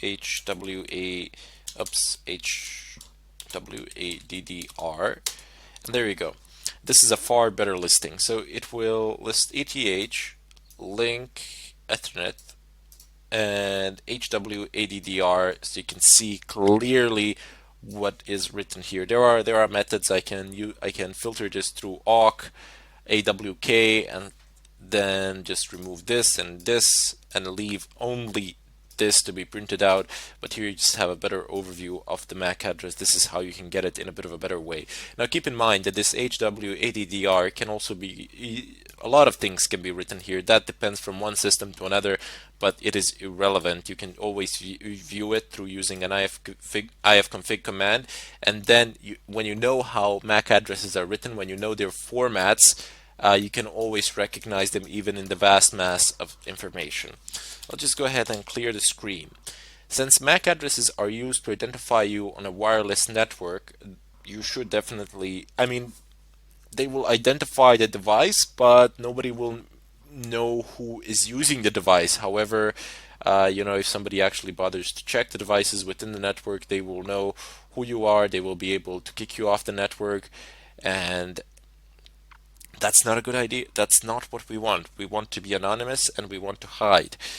One of the downsides of MAC addresses and them being used as means of identification is that if you can view the other MAC addresses on the same network in LAN, and then you can copy those MAC addresses, use them as your own, do some sort of shenanigans on the network, admins will notice that there is a problem.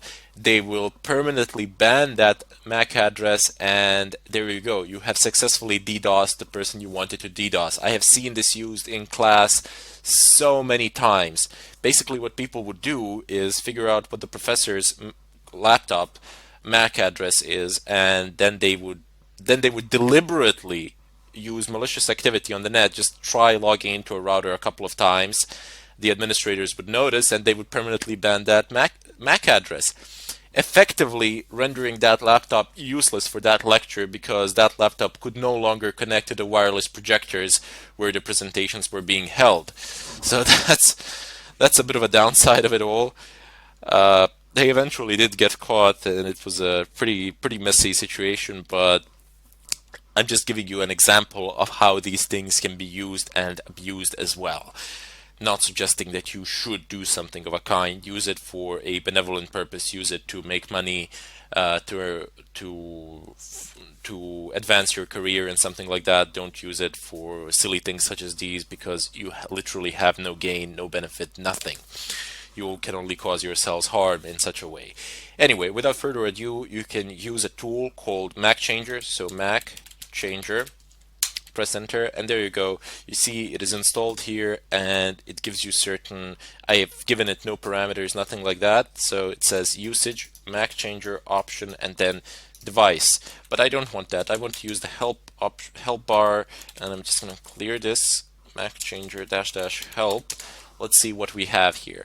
So you have a few options, not that many. It's a fairly simple tool, easy enough to use. You have this one to print the help, print the version and exit, print the MAC address. You can also view a MAC address with this. I didn't know that actually. Let's give it a try. Mac Changer. I didn't know it because I never bothered to check it in such a way. I always used ifconfig. Wait, is it S? Show ETH0? Huh, well, what do you know? It does actually work. So it says permanent MAC address. This is its permanent MAC address. This is its manufacturer who owns the first three sets of the MAC address, and then you have the current MAC address with which we can do whatever we want. So let's just go ahead and clear the screen for convenience sake and call the help menu once more. So this is one more way to check the MAC address and exit. This you can use actually to verify things. I usually just go and use ifconfig, but this is also a very nice thing to do. Now, this is what I was talking a moment ago. It says do not change vendor bytes. So if you want to change your MAC address but still stay within the same vendor, it says don't change the vendor bytes. So those are the first 6 ones, the first 3 sets, that is. Set a random vendor MAC of the same kind. You can also use those parameters. These parameters are not used that often. Usually what you would use is either a fully random MAC address, or you would use it of a particular vendor. So you would go online, see what the particular vendor MAC addresses are, or you can print known vendors. So you got list, let me just show you, -L, and there are a lot of them. So it is only showing you the first 3 sets, and then for the other 3 you can type in whatever you feel like typing in. It doesn't even matter if you want to be, yeah, that if you, but people don't generally do this. I mean, unless there is some sort of specific thing where you want to hide in the network and pass off as a, you see, it says Balkan, this is a router, so Cisco routers. So if you want to pass on a network as a standardized device within that network and not raise any suspicions, this is a good way of doing it actually, because you can have the MAC address of a device, and if an administrator takes a look, he's going to see, oh, this is one of my routers. What do you suppose that's doing here, or something of a kind? But he won't be able to figure it out until he actually digs deeper. The important thing here is that if anybody digs deep enough, surely enough, they will find that they will figure out that you are doing something. But the idea is not to raise any flags, any suspicion, and in such a way pass off unnoticed. So once again, call the help menu, and you of course have an ability to cause a fully random MAC address, and this is what I was talking about. See here, you use the m parameter or dash dash MAC, and then you type in the MAC address that you want, and this is what people were using. They were using the MAC addresses of legit devices on the network, conduct malicious activity, and then those devices would be banned. So that's a pretty big problem that people were causing. So let me just show you what I mean by let me just show you how the changing of a MAC address looks like. We will deal with this sort of an attack a bit later on when we get into wireless hacking and breaking wireless encryptions and what you can do on a wireless LAN network. But here I just want to show you how a changed MAC address looks like. So let's just show ETH 0. Okay, so we've seen this a moment ago. Now here's what happens when I use MAC changer. MAC changer dash random ETH 0. Press enter, and there we go. It says permanent, current, new. So this is the new MAC address, and it says unknown. I haven't assigned it to any particular vendor or anything of a kind. And if I now say show, excellent. So it says permanent and current. So this is the current one is the one that is being shown, that can be seen within the LAN network, and that is used to identify you, even though you can't actually destroy your own MAC address because it's literally burnt in. This one will be shared with everybody else, and this one will remain within your own computer. It will not it will not exit your interface under any circumstances. Anyway, good practice would be to always set up a script which on boot time changes the MAC address and sets it to random every time you boot your computer. So that's not a bad idea either. So if you are doing something and you forget to change the MAC address on LAN or something like that, it can be problematic. So not a good idea would be to set up an automatic MAC changing. So nothing really special there. You don't need to do any particularly difficult tasks. I will show this in the next tutorial, the follow-up one. But until then, I hope that you have enjoyed the tutorial, and thank you for watching. Hello everybody, and welcome to this tutorial. Today I will start a chapter on footprinting. So I have explained what the act of footprinting is before, but now we will actually go ahead and conduct a few scans to see how it all works and introduce you to the tools that we will be using. So first off, we need to find ourselves a target to scan. Of course, I could just scan myself or something of a kind, but that would not be a realistic thing really, because I already know what the results are going to be, and plus on top of that, I'm not scanning long range over the internet or something of a kind. I would be scanning within my own local network, so the speeds of the scan would not be realistic, as it would be a lot faster than say when you conduct a scan over the net, some distant and remote server. So what I did was I went online, and you can do the same, and I found on the official Nmap website, they have a section devoted to actually allowing people to scan them to test their tool out. Now I'm selecting the permission. There is a written permission here that you can actually scan this website, and they basically say, you can scan it to test it out. A few scans a day here is fine, but do not scan 100 times a day or use this to test your SSH brute force password cracking tools. etc. So that's definitely something you don't want to do, but you can run a few scans on this site per day, and according to them, that's perfectly fine. It's you're not breaking any laws or anything of a kind. I'm just emphasizing one more time that you do have a written permission right here on the site, which is fantastic because it gives us an opportunity to actually simulate real-time circumstances and see how Nmap behaves. Now, Nmap is a unescapable tool of pretty much any pen tester out there. Many people say today, well, that it's pointless to port scan, doesn't do you much good, and so on and so forth. Well, perhaps in terms of exploiting the services running on the ports themselves, it doesn't do you that much good, but just by seeing which ports are open and which ports are closed, you can, to a fairly good extent, determine what operating system or what platform is being used on the other side. And then you can find weaknesses of that same platform. Of course, there are some other ways in doing this. I will show them to you, like banner grabbing or something of a kind. But let's just see how Nmap really works. Now, Nmap is known to basically trigger quite a lot of alarms, a lot of firewall red flags, so to say. And you want to make sure that your Nmap scans are as quiet as possible. Now there are tools to actually figure this out, but I will show you here how to actually do it via terminal. There's also something called ZenMap. Now ZenMap is basically a graphical user interface of Nmap, but we will not be using that. Rather instead, I want to teach you how to use a terminal version. So Nmap is the one most commonly used, and it is always used in the terminal text format. Rarely anybody uses the actual graphical user interface.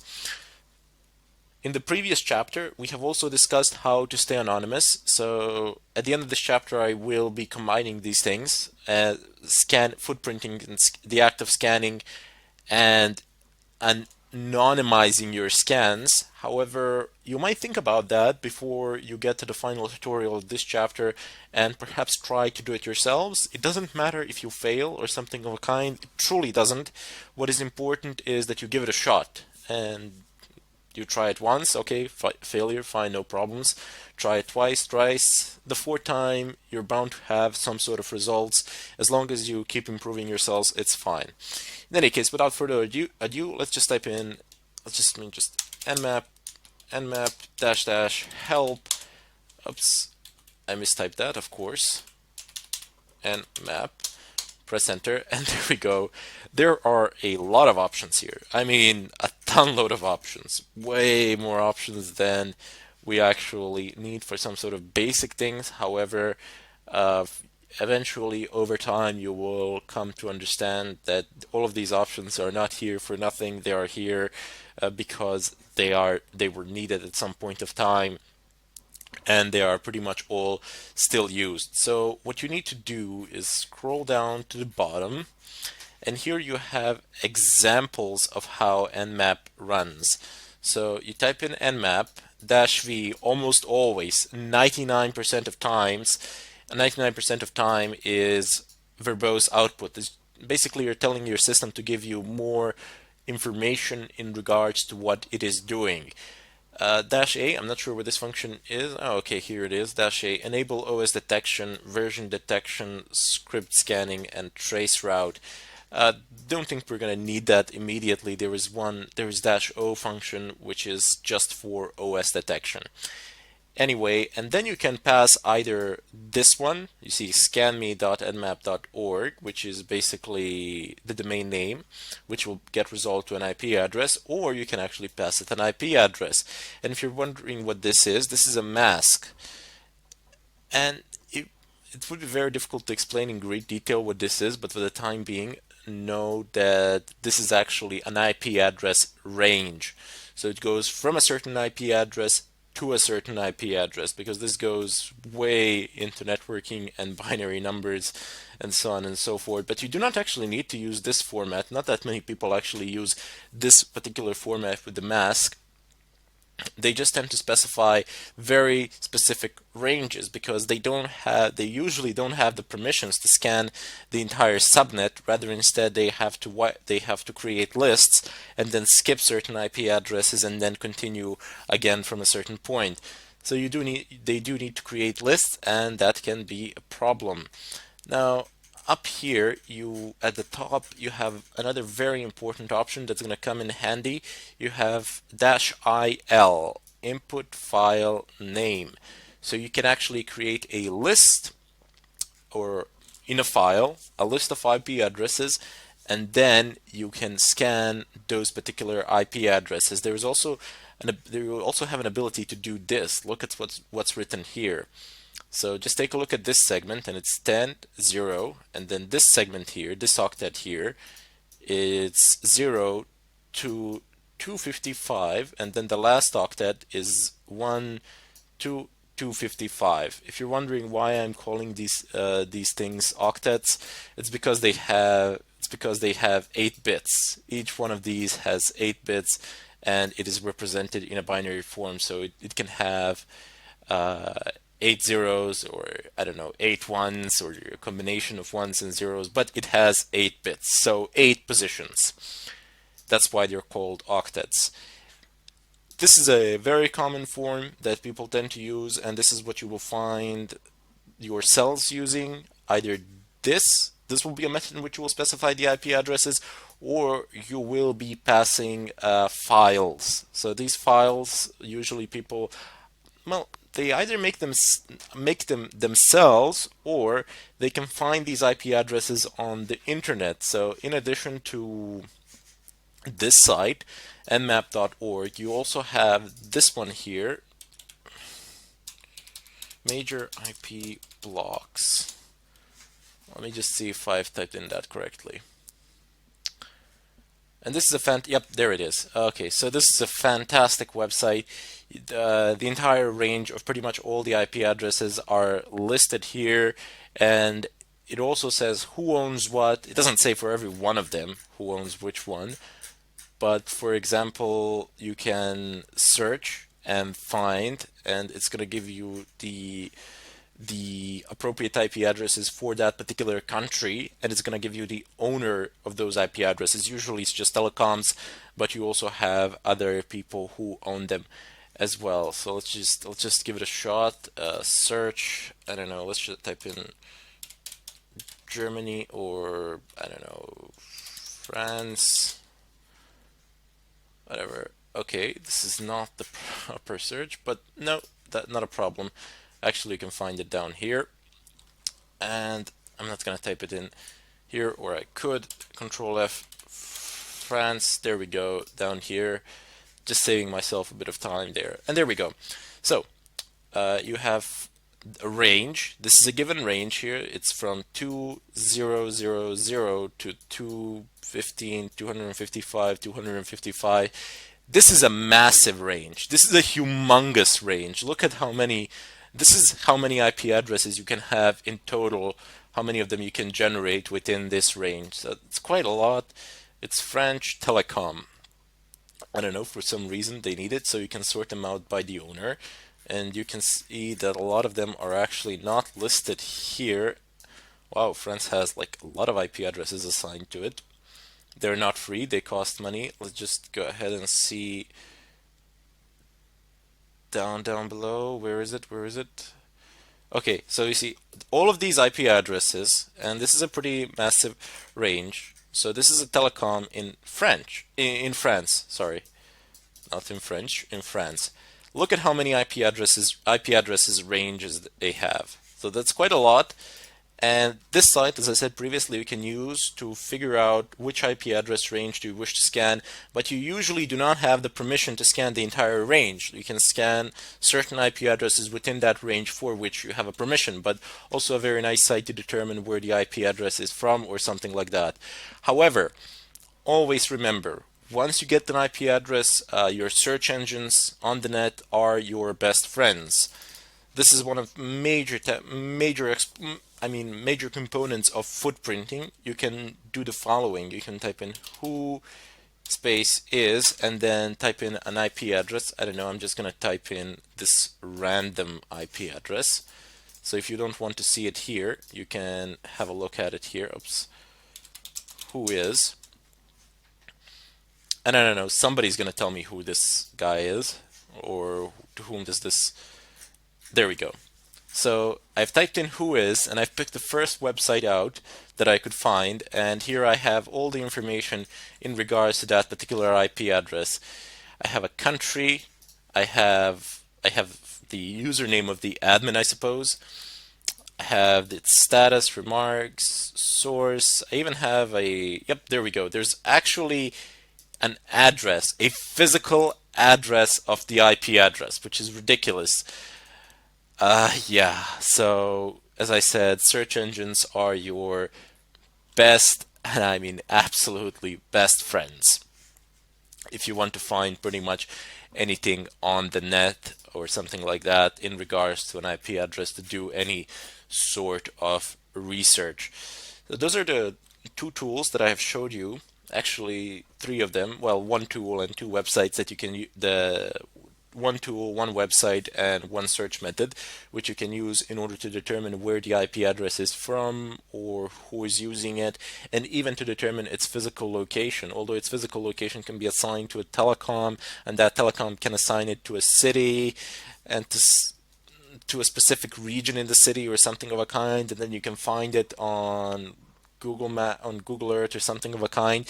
But usually those things are not that precise. What is precise, however, is that the IP address belongs to a telecom or something of a kind, and they keep rotating them in between the cities. So if you have, let's say, 100,000 IP addresses that you've scanned, and if you wish to sort them out by the city, you will get like 70 to 90% accuracy depending on which country did you do it. Can be problematic because you're going to miss out on some things, but if you don't need 100% accuracy, you can get your sorting done pretty well. There are databases which you can update. I will show you these things. They're called GeoIP lookups. But before we do that, you also have something called NS lookup up NS lookup, and I'm just going to use this generic name here, scanme.nmap.org. Let's paste it. And there we go. I have basically said I want to look up files on scanme.nmap.org. And okay, this is my DNS server, which is basically my router. You see it says port 53. You know immediately that it's DNS because all DNS traffic runs on port 53. And then we have the results. So this is the domain name, and you get the IP address down below. So this is also one of the ways in which you can get the IP address of a site with a domain, because once you know the domain, you don't actually know the IP address until you look it up or something like that. But there's a far simpler method. You don't need to use NSLookup. Oh, by the way, NSLookup also works in reverse. So just type in NSLookup, and you can type in the IP address. So just go ahead and press enter. Okay, so this has run through a process of some sort down below. These are authoritative answers from it says name servers. Basically what that means, they are DNS servers, and they're giving you responses and telling you to whom the domain belongs to and so on and so forth. But look, ignore this part, and for the time being we can also ignore this part until we get into DNS, into spoofing the DNS and changing it and so on and so forth. What I want to show you here is that you can actually get a domain name by typing in NSLookup and then the IP address, and here where it says non-authoritative answer, you get the IP address and then you get the name, which is the domain name. However, you might notice that there was a problem here, that this IP address does not match this one. Well, guess what? It actually does. Try looking at in reverse. So it's 74, 74 here, 207, 207 here, 244, 244 here, and 221 here, and 221 here. So when you do an NS lookup, and when you pass in an IP address, it's going to do a reverse lookup. in the DNS MX records or something of a kind. It's gonna query the DNS servers, and the DNS servers are gonna give it a response. But in the MX records, this is basically how things are written. You write an IP address in reverse, and then you put this in -addr.rpub. But this part really is not that interesting to us. This is more interesting to server admins who configure the DNS servers or something of a kind. In any case, for the time being, but don't worry, we will get to DNS servers in the later stages of this tutorial once we are done with these things. In any case, what is important for you here is you've typed in an IP address, you've used a tool called NSLOOKUP, and you have gotten a domain name in return. And now you can start doing some other things as well, but we will be dealing primarily with Nmap. Nmap as a tool in order to scan networks and to retrieve information from them. But this, what I've showed you now, is some basic information retrieval and some basic external sources that you can use. In any case, I'll see you in the second in part 2 or the second tutorial of Nmap introduction, and there we're going to actually conduct some scans and see how it all works. Thank you for watching, and I hope to see you next time.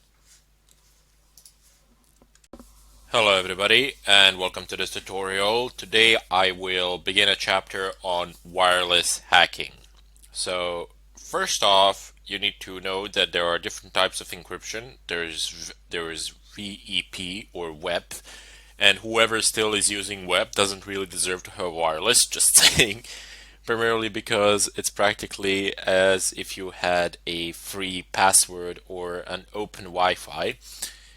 It doesn't really matter, it's quite easy to crack, no problems, 3, 2, 1. However, if you're using VPA or VPA2, that is another story.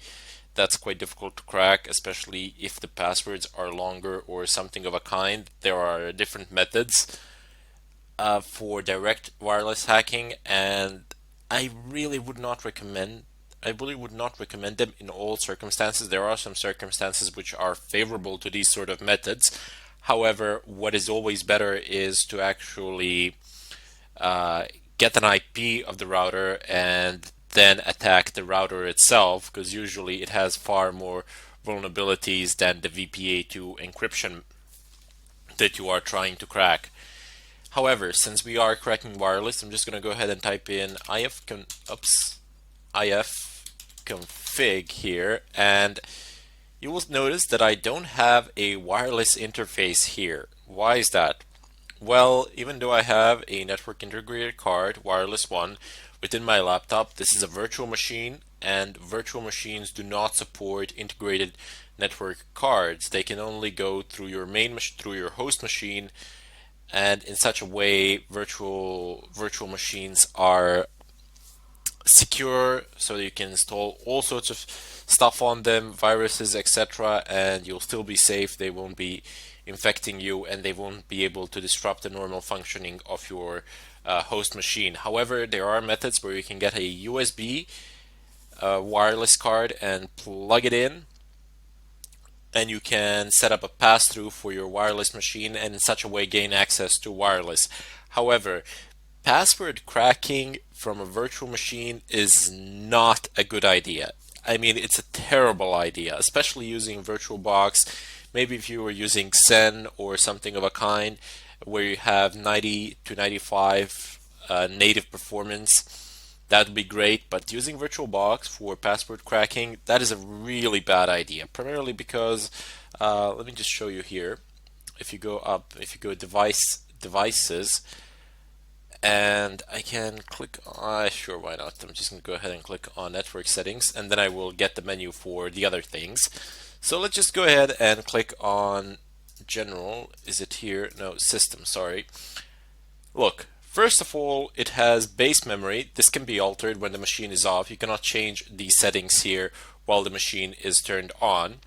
First of all, it says that I have 2 gigs of RAM available for this particular virtual machine.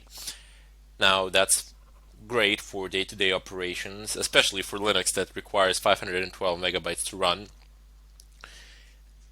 However, if you want to brute force a password, if you want to take that path, if you want to use a brute force method, just by generating huge password lists and trying to guess it, this is not really a good amount of RAM. Actually, this is a terrible amount of RAM for such a task. And if we go ahead and click on the processor, you will see that, okay, execution cap is 100%, but we only have a single core assigned. It says here one CPU core in the upper bar, in the upper status bar. It says processors. It's gray at the moment because you can't change the amount of processors that a machine is using uh, while it's running. So that makes no sense of whatsoever. You wouldn't be able to do that in the real world either. Maybe on some large servers or something like that, but even they're very doubtful that you can actually swap a processor. That's mainly for swapping disks or adding RAM or something of a kind.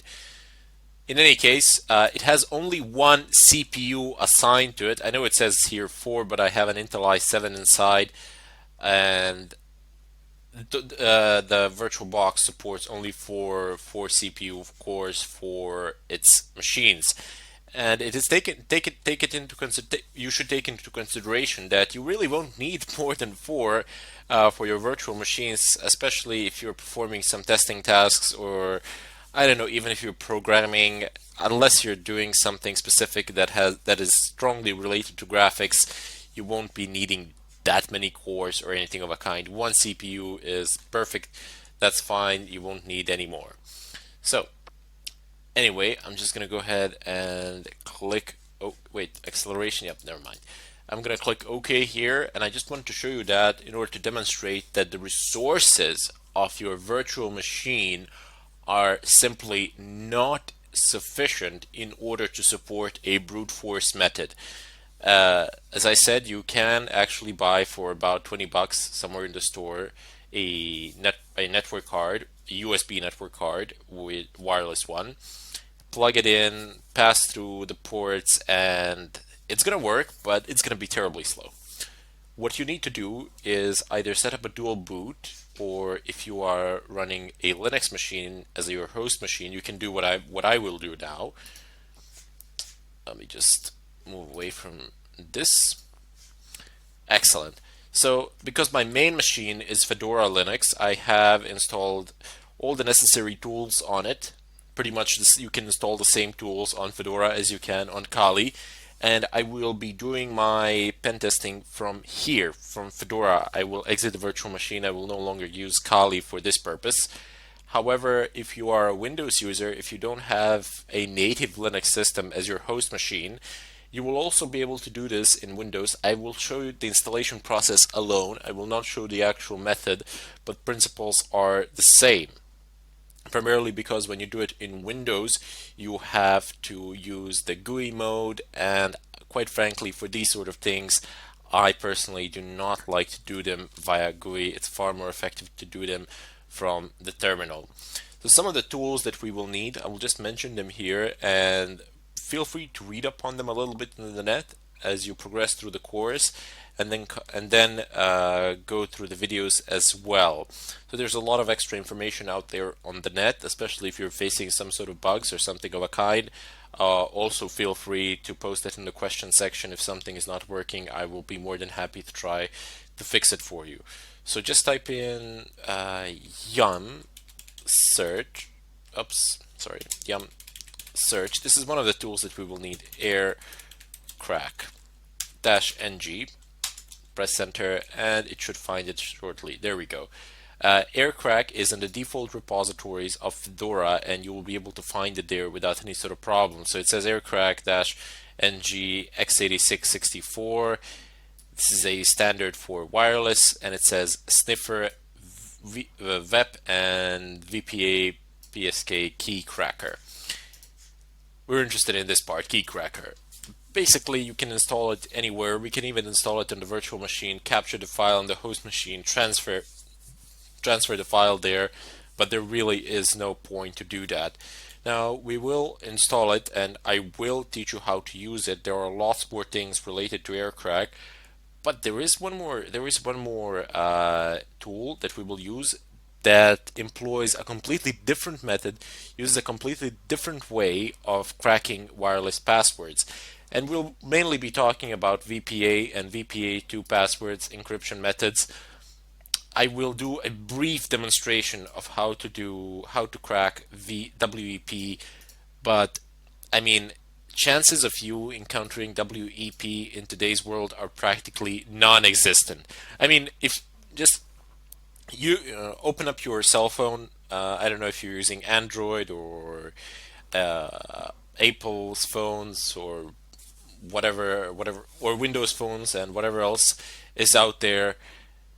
Just take a look at the wireless networks around you and take a look at the encryption methods because they will be shown to you.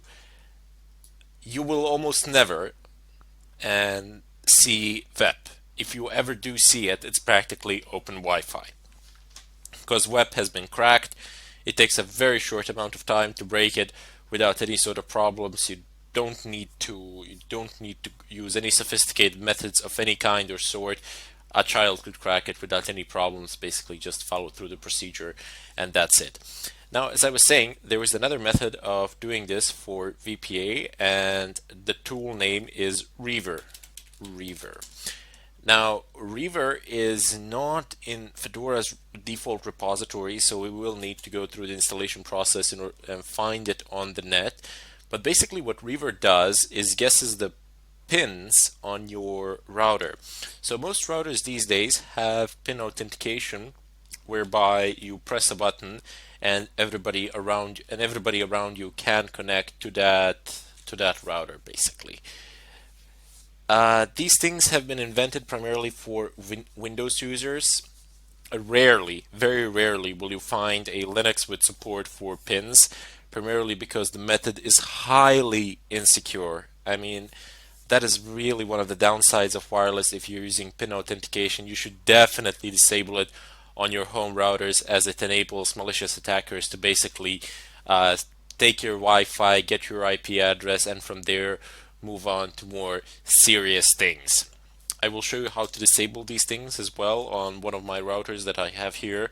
Uh, I think I have a TP link or something like that. I will plug it in later on and show to you what it does. But in any case, as a part of the AirCrack package, you will get a few other programs which we will use, and later on there is one program in AirCrack package that enables you to perform a DOS attack on wireless networks around you. So you will be able to pretty much de-authenticate whoever you want, whenever you want, as long as two conditions are met. The first condition is proximity, that you are close enough to the network. And the second condition is that you actually have to scan in monitor mode with your network card and figure out what is going on around you, what is the MAC address of that access point, and what is the MAC address of the person you want to jam. This is not that difficult to do. This is easy. Both MAC addresses are public information. Pretty much all you need to do is listen for them. And that is what monitor mode is. Basically, network cards have a lot of modes that they can operate in, and well, maybe not a lot. I think it was 6 or something like that. But there are only two which are of interest to us. There's the promiscuous mode, where your network card will only process traffic that is meant exclusively for it, regardless of, I don't know, capturing some other traffic that is being transmitted wirelessly through the air. I mean, just think about it. You have so many wireless access points around you, and they are all communicating with devices, and it's not like that wireless access point can send a signal in a specific direction to your device. No, it sends it in a spherical fashion, and your device catches it. A lot of other devices catch it, but since the information is encrypted and since the information is not for them, they immediately figure out that it's not for them, namely your network cards figure it out, and they immediately disregard the information. They don't do anything with it. However, if you put your network cards into monitor mode, they will actually take all of this traffic, process it, and see what they can get from it. Some of it is encrypted, most of it is encrypted, but some of it isn't, like the MAC addresses, which can't be encrypted, and that's the bright side of it all. You can take it and you can jam whoever you want. You can deny wireless access to pretty much everybody within range with just having your laptop, and no extra devices are needed. This is all pure software. You don't need any extra devices. Of course, it is necessary that your network card supports monitor mode. There is a compatibility list on the net. I will show it to you in the follow-up tutorial, but for the time being, I just wanted to introduce you to the chapter and to see what we shall be doing. So before you, I would advise, you don't have to, of course, and you will be able to fully follow through the next tutorial without doing this, but I would just advise typing aircrack-ng on Google or your whatever your favorite search engine is, and type in Reaver. Just read the first post, read the first couple of sentences of the first post that comes by, and see if you can collect some information there. Then you can continue on watching the next video where I will show you how to install these things. I will show you how to install aircrack-ng on Windows, and I will attempt a Reaver as well, but sometimes Reaver tends to break on Windows and that can be problematic. But primarily I will show you how to install aircrack-ng. I'll show you how to use it there a bit. It's not that hard. There's a graphical interface practically. You can just click through it, no problems. However, I restate once again that you should have a Linux host machine which you can use, to which you have access, primarily because a lot of these tools are a lot faster on Linux machines. They work much better, they're faster, and quite frankly, they are easier to install. Plus, you get a higher degree of anonymity. Anyway, I bid you all farewell, and I'll see you in the follow-up tutorial. Hello everybody, and welcome to this tutorial. Today I will show you how you can install Aircrack and Reaver. So Aircrack is pretty simple. Just type in yum install aircrack ng, and it's going to pick up the right version by default, so just go ahead and press enter. In Fedora, it runs through checks every time you call yum. You can pass a -c argument in order not to do that. It says package aircrack-ng is already installed and latest version. But if you might be prompted for a question along the way. If you want to skip that, just go ahead and type in -y. That's it. With this command that I am selecting at the moment, installation will fly through. You won't be prompted for any questions, and you will have aircrack-ng installed on your system without any problems. However, Reaver is quite a different story. Reaver cannot be found in Fedora's repositories, and therefore it has to be downloaded from the net. Now, there are lots of places to do this. I have chosen to download it from Google Code. That's basically the safest place from where you can download it. And let's just go ahead, open up my favorite browser, which is Firefox. You can open whatever you wish. Type in Reaver Google Code. Should pop up. Yep, this is it. There we go. Now we are on Google Code website where we have Reaver VPS. You have a description here, and you have a Pro version here. Basically, the difference between the Pro version and the one that we're getting for free is this graphical user interface, which, I mean, let's face it, if you're a pen tester, you or a white hat hacker, you're not going to be using that much of a GUI. I mean, pretty much not at all. Optimized pin sequencing, this just means that it's going to try pins in a certain order, which is more likely to succeed than the default one, according to someone, but not necessarily true. And integrated WEP cracking, and as I said, you don't really need WEP. You're not going to be able to find it these days pretty much anywhere. If you do, as I said before, those people don't deserve to have Wi-Fi. It's basically open Wi-Fi, regardless of what sort of a password you put in. Make sure you're not one of those people. I mean, fine, okay, somebody's gonna be able to connect to your network and all that, but it opens up a route for a lot worse activity, for something more malicious. Let's put it so. They'll be able to reroute your traffic and do stuff of a kind and sniff it. Not a good idea. Just switch to VPA or VPA2. Anyway, I'm gonna go ahead and click on downloads in the upper left corner. And there are different versions here that can be downloaded. I mean, there are bug fixes. There are no fundamental differences in the way that Reaver works in between these versions, but there are bug fixes definitely, and that is very nice. It is maintained. The package, there's support for it, and so on. So just go ahead and click on Reaver 1.4.tar.gz, and it says reaver.tar.gz here, file description, etc. This is a checksum. You can use this in order to verify is your file intact, but I'm not going to do that now. I'm just going to go ahead and download it. So once it is downloaded, you can go ahead and open up the folder in which it actually exists, and I have a lot of things here. Where is it? Where is it? Here we go.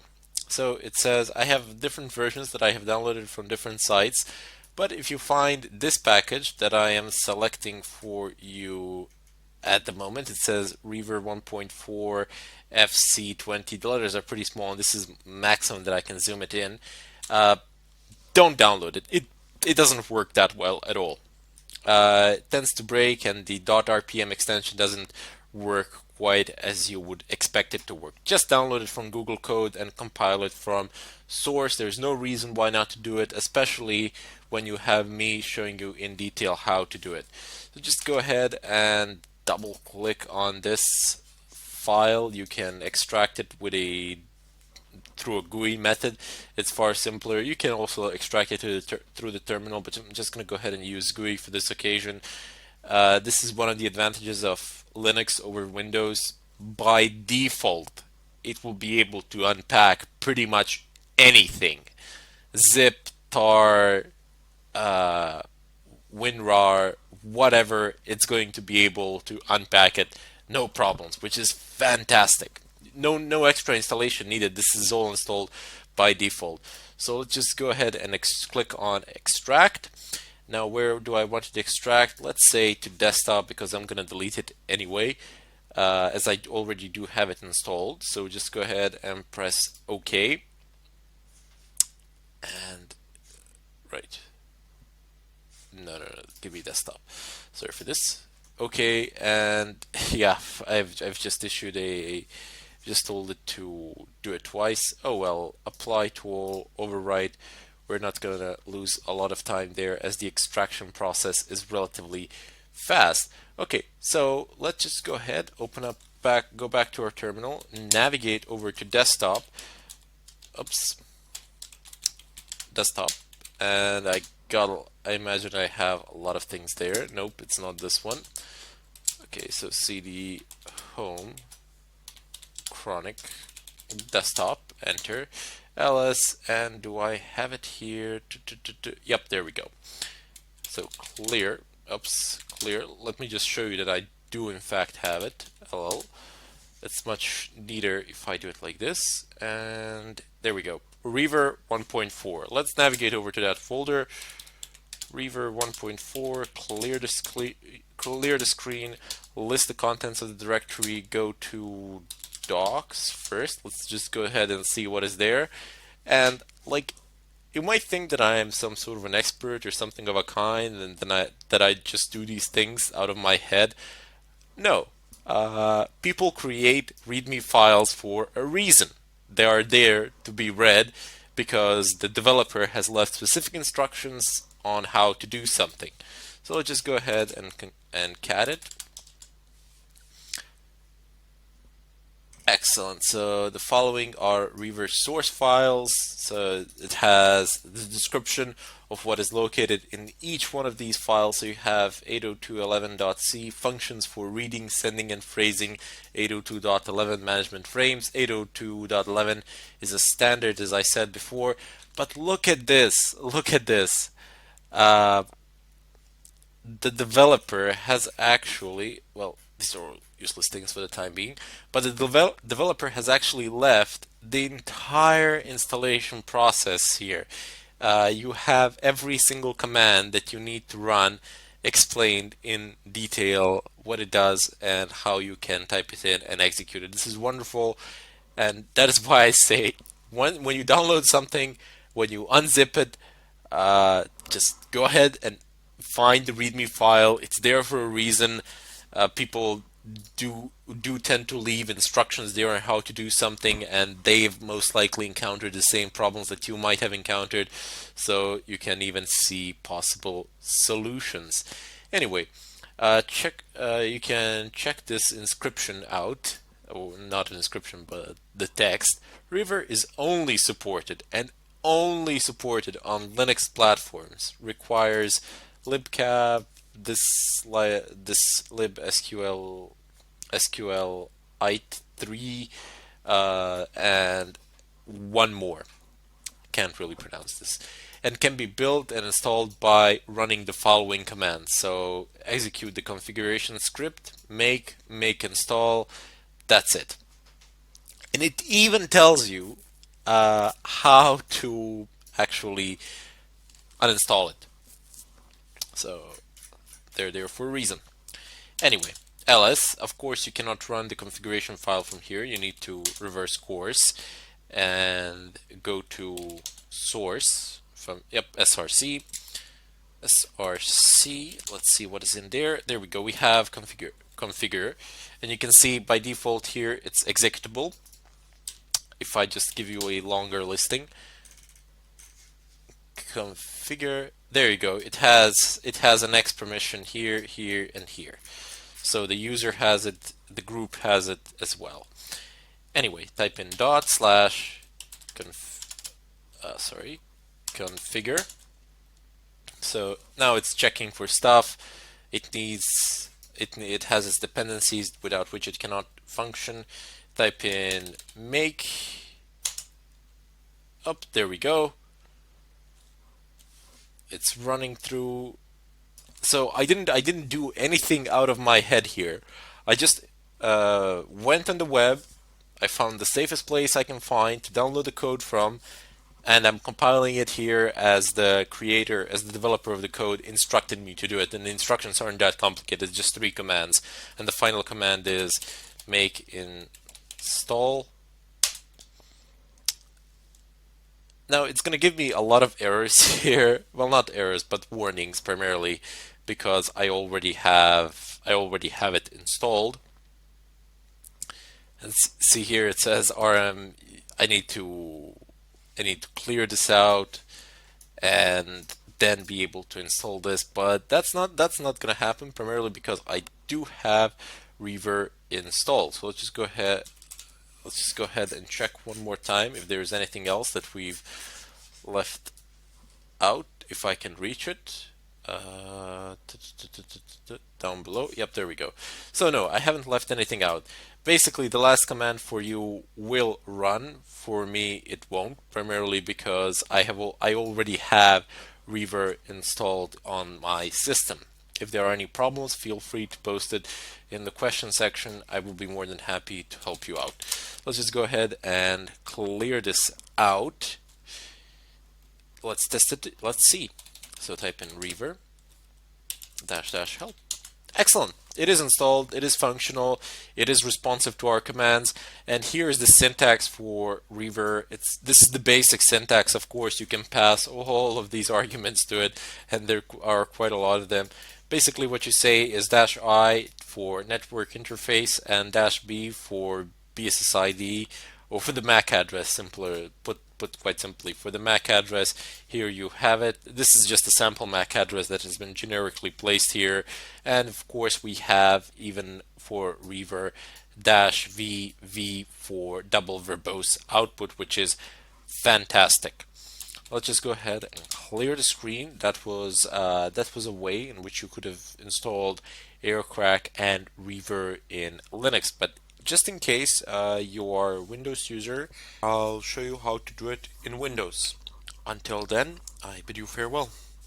Hello everybody, and welcome to this tutorial. Today I will show you how you can actually crack a Wi-Fi. Today we will actually get into it, now that all the prep work is done, now that we have all the tools installed and our system set up. The first thing that we will need to do is set our network wireless card into monitor mode. Type in ifconfig, press enter, and this option will display all the network interfaces that are available. My wireless interface is called VLP2S0. A bit of a strange name, I know, but Fedora has a custom for giving strange names. Like my wired connection is called P8P1, which is kind of weird, but okay, never mind.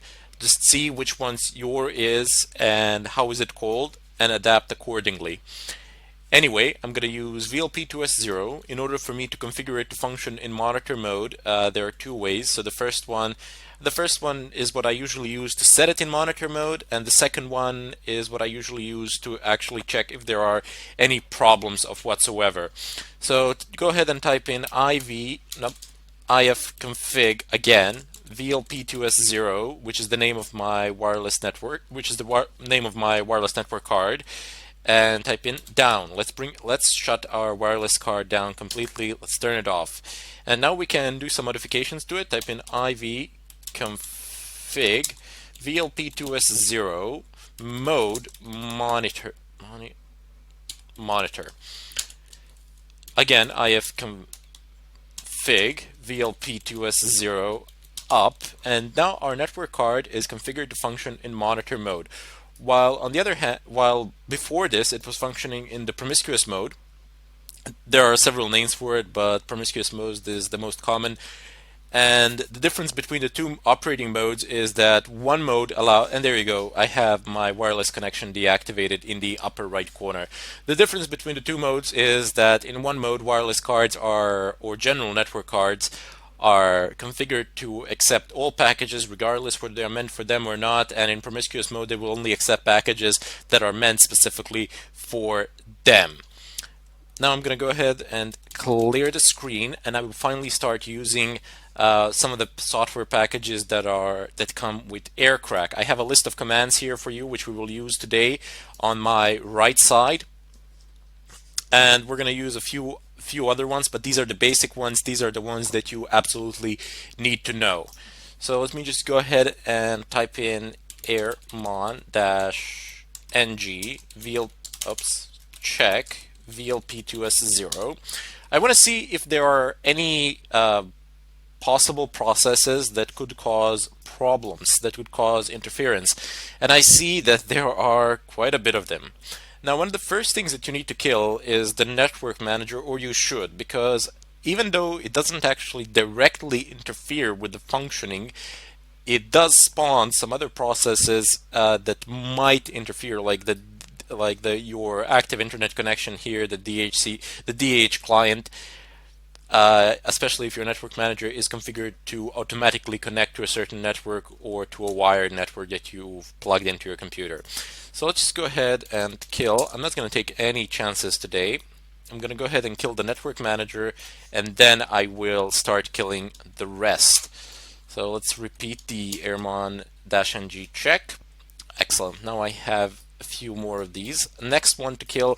You do need to kill them in a certain order though, because they tend to spawn each other, and you kill a process, but you do a check once more, and you realize it's still up and running.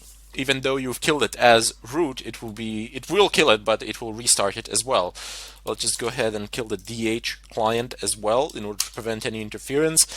And the rest of killing can be done in any way you like. So let's just go ahead and kill 1556, 1556, 1215, and 1216. And 16. Excellent. Let's do a check one more time. Oops, some of them are still up. This is what I meant. It is highly annoying. So 1556. Let's see, will this work? Awahi demons are the only ones running. Apparently I have to kill the VPA supplicant first, and then I can kill these. And it can be frustrating, primarily because you can't kill them all at once. You gotta type in commands time and time again. Excellent, no such process running. There we go. Let me just go ahead and clear the screen and always perform an extra check. You see, nothing has popped, nothing should present any problems now. Let me just go ahead and clear the screen. The next thing that we want to do is perform a scan of our environment here to see what sort of connection, what sort of networks do we have, and who is connected to which network. Now, this you cannot see with Network Manager. With Network Manager, you can only see active wireless, visible wireless hotspot, visible wireless access points around you. While on the other hand, with AirCrack, with one of the tools that comes with AirCrack, you can actually see not only access points, wireless access points around you, but you can also see who is connected to them, which is a very nice feature. So let's just go ahead and type in the first command from my selected list here. It's arrow dump-ng vlp2s0. vlp2s0 is our interface. So airmon-ng, oops, -ng vlp2s0, press enter. Oh yeah, not airmon, sorry. Arrow dump -ng vlp2s0. Sorry for a bit of inconvenience with my talking and writing. Never was good at that. But you can see here, these are all the wireless access points. This one is mine. It's called something. That is the I've created this specifically for this purpose, for this tutorial. It has a good password, strong password, and we are going to be cracking it today. Keep in mind that the signal strength, you see, okay, let me just cancel the scanning process now, and I just want to explain a few things that you can see here during the scanning process itself. So the BSSID is the MAC address of the device, which is a wireless access point. Oops, let's just move this out of the way. Excellent. So the BSSID is the MAC address of that router, of that wireless access point. The PWR is the strength of the signal. So the smaller this minus is, so let's say minus 30, minus 15 is a lot better than minus 30. Let's put it so. Minus 57, you're going to have, it's not going to be the best of connections. Minus 78 or minus 84, yeah, you might be able to connect to them, but this is not going to be a good connection at all.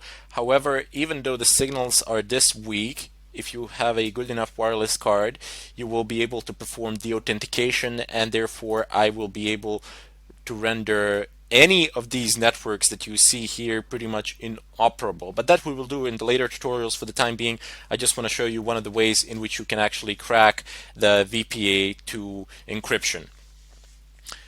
The DOS attacks are very useful. I mean, they can practically render almost any Wi-Fi network out there useless. Nobody will be able to connect to it, or you can deauthenticate a specific client on the network, which is also extremely useful.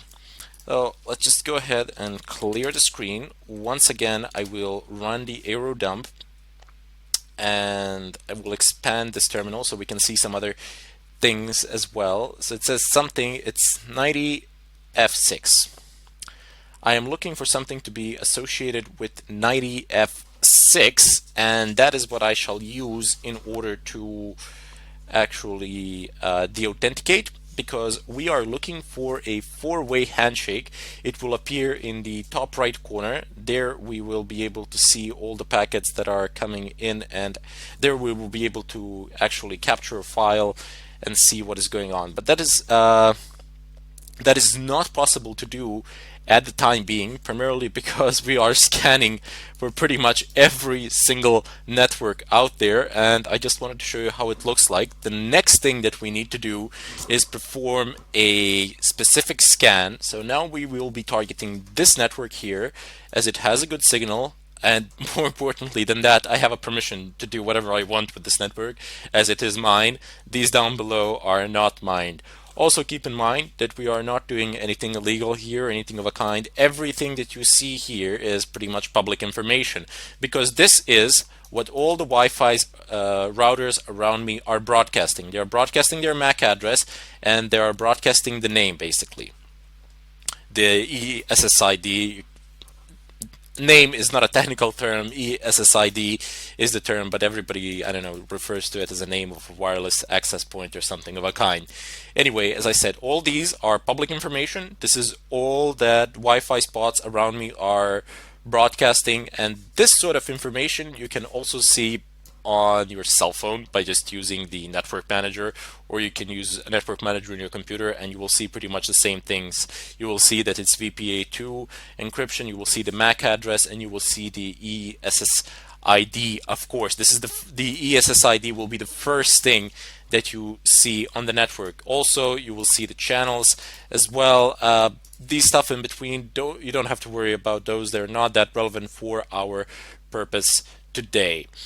Anyway, I will call the tutorial here, and in the next one we will be performing a specific scan where we will capture information and use that capture file in order to crack the encryption. Till then, I bid you farewell, and I hope to see you in the next tutorial. Hello everybody, and welcome to this tutorial. Today I will be talking about DOS attacks and how you can actually deny wireless access to pretty much anybody within the range of your wireless card. Now, your current range of your wireless card is not your permanent range, or probably it's not your maximum range, because you can boost the signal as well. But of that I shall speak a bit later on. For the time being, I wish to focus only on the actual DOS attack, as that can, well, not only can you deny the service, but as I stated in the previous tutorial, you are actually able to trick a user into resetting the router. Primarily because if you can't connect to your wireless, what is one of the first things that you do? You basically just reset the router. Even if you call the ISP provider, one of the first things that they will tell you is reset the router. And these sort of attacks, they don't, unless they are going over an extended period of time or something like that, they don't raise a lot of suspicion. I mean, most people, when they can't connect to wireless in their houses or something like that, oh well, reset the router. If it works out, great. If it doesn't, oh well, call the ISP, then they try to fix it, but you're not going to be running the DOS attack probably for that long. Your idea is to force a reset. However, you can run actually permanent DOS attacks and in such a way deny service to a certain user or company or something of a kind.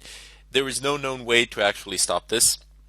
There are, as I've stated in the previous tutorials as well, you can use some paint or that doesn't allow signals to pass through, or you can use some tinfoil or something like that on the walls, but you are effectively limiting what you can do with your own wireless in such a way, and that's not really the best of solutions. Anyway, there are certain things that a user can do on the other side to mediate this sort of an attack, such as change the channel of their wireless access point, change the MAC address, but none of those things are actually stopping the DOS attacks. All of those things, all that they are doing is simply hiding and buying for time. All you need to do is simply follow up on the changes. For example, do a scan again if you see that there is something wrong, and that's it. You will find a new MAC address, you will find a new channel, and you will see the new ESSID as well. So anyway, without further ado, let's just go ahead and perform this sort of attack, see what happens and how can we actually confirm it. Anyway, the first thing that we need to do is set our wireless network card into monitor mode. I have a small script that I have written for myself here. I have explained it in the previous tutorials. If you're just wondering why am I not doing this via airmon-ng, so airmon-ng, and you can also do it like this, ELP2S0. Well, I've discovered that on Fedora, the distribution that I'm using at the moment, and the one that I'm using for the demonstration of this tutorial, well, it just presents problems. I mean, it creates virtual interfaces, and I don't know, you get an error like name not unique on the network, and there's a way to fix that or a workaround, something like that. But I've just written my own script that I'm going to use. You can use it as well. I've shown it in the previous tutorial. All it does is bring the wireless interface down, changes its state, changes the mode to monitor mode, and then changes the state back to up again. Here we can just see it one more time quickly. Excellent. Perhaps I should have add a MAC change here as well. That would be actually a good idea, but for the time being I'm not going to do that, primarily because there is no need to hide as I am doing this to my own wireless system. However, if you're doing this outside, definitely use MAC changer-r VLP2S0. You can only change the MAC address when the interface is down. You cannot change the MAC address of the interface that is up. How to do this I have shown in the previous tutorials as well. Anyway, let's just go ahead and clear the screen. I usually run this command airmon-ng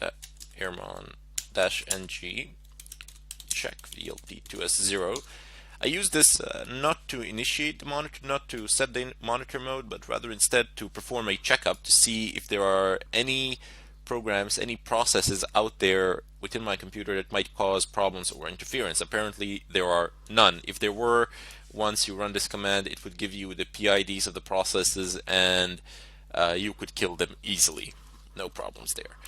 Let's just go ahead and clear the screen. And the tool that we need to use as part of the aircrack package here is AI replay.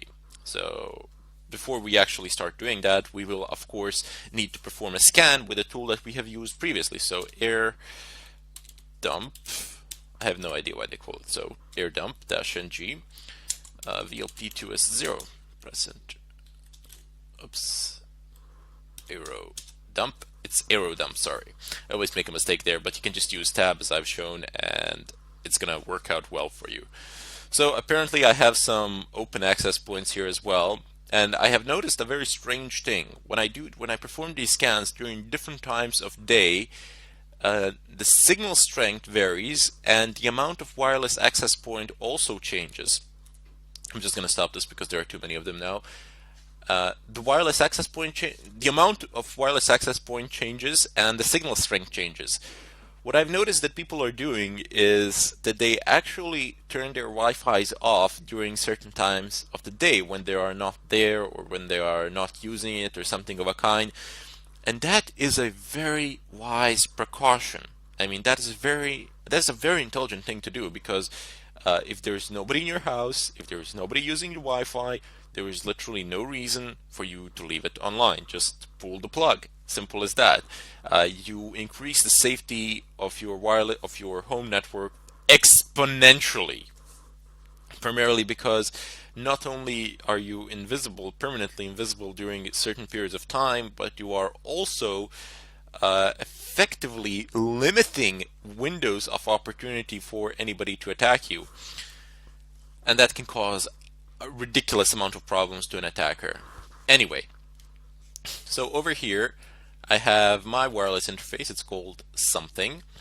It's on channel 6 and its power, it's relatively good, but look at my neighbors. I conducted this scan last night and my own wireless was about 50 something and my neighbors was 59, which was ridiculous.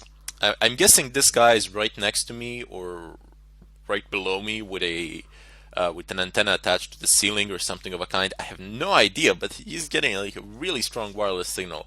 I'm gonna have to ask around to see who this is, just to see what the signal strength is on this router. But anyway, it doesn't really matter. Let's just use the AI replay. However, I didn't find a way to actually specify a channel in AI replay. Perhaps there is an option there or something of a kind, but it doesn't really matter. I didn't try too hard. What I want to show you is that you can actually change the channel of your wireless network card manually. So just type in IV. Wait, before we actually do that, let's just try a random scan and see what happens. So AI replay -ng,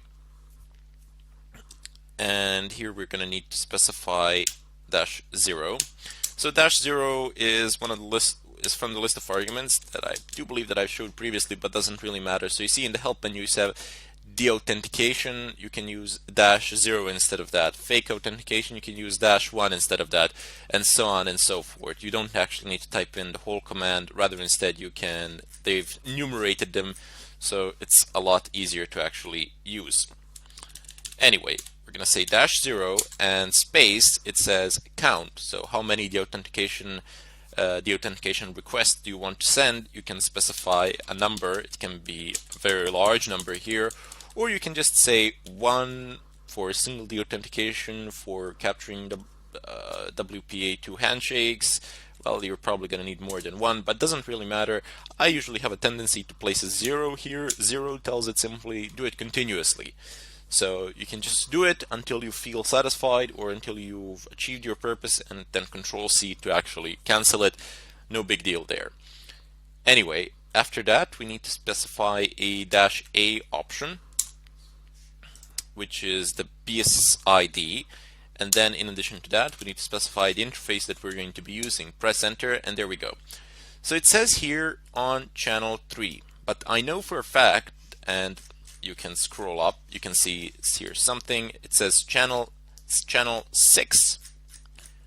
So this is not going to work. It says no such BSSID available. Please specify ESSID, so the name, perhaps the name of the network. Yeah, that is due to this channel problem. So this is channel 3, and my wireless interface card is functioning on my wireless access point is actually functioning on channel 6, while my wireless network card is functioning on channel 3 in my laptop. What we need to do is manually configure the channel of our network card. So IW config VLP2S0, which is the name of our interface, and then channel, and then just say 6. So it's very simple. It's like English language. You have a command. So IWconfig, the name of your wireless interface. Just type in the argument that you want to change, which is channel. Same thing with mode. So just type in mod here and change it to whatever you want. But in this case, we're changing the channel. So just type in channel space, and then just type in the number of the channel you wish to tune it. You wish to change it to. Anyway, now our wireless network card is operating on channel 6, and if we repeat the command that I have previously shown, you will see immediately it actually passes. This attack is more effective when targeting a connected wireless. Yep. Okay. So there is this message that we're being displayed here. This is not an error message. This is just a note of a sort. We can also deauthenticate individual clients on the network, so we don't need to see this attack that I'm performing now. This will deauthenticate everyone on that wireless card, on that wireless access point. Everybody will be deauthenticated. I mean, you can confirm this by using your smartphone or tablet or another PC that is connected to the to your home wireless network, and it might show the status that it is still connected. But try browsing the net. Try opening up a website or something of a kind. You will not be able to do it, like not in a million years. Also, there are some MAC filtering options that routers tend to impose, but doesn't matter. I've shown you how you can change a MAC address, and you can also set a script which will rotate your MAC addresses periodically, so that can be a nightmare. Also, the routers have the option to adjust the MAC address to adjust a certain range of MAC addresses which can access it, but again, you will be able to see the authenticated clients on that network and just use their MAC addresses instead and pass through. As I said, this is ridiculously difficult to stop, and it's really painful when you're being DOSed in terms of wireless. There's very little that you can do. I honestly don't know of any known method to actually completely stop this, but we'll see. There are some enterprise type routers that are actually able to fight this off to an extent, but we'll see what the future brings. Anyway, I will be doing more of this in the follow-up tutorial, and I will show you how you can deauthenticate a single client. Plus, we'll be writing down some bash scripts and see how that works out to improve our attack. In any case, I bid you farewell, and I hope to see you in the next tutorial.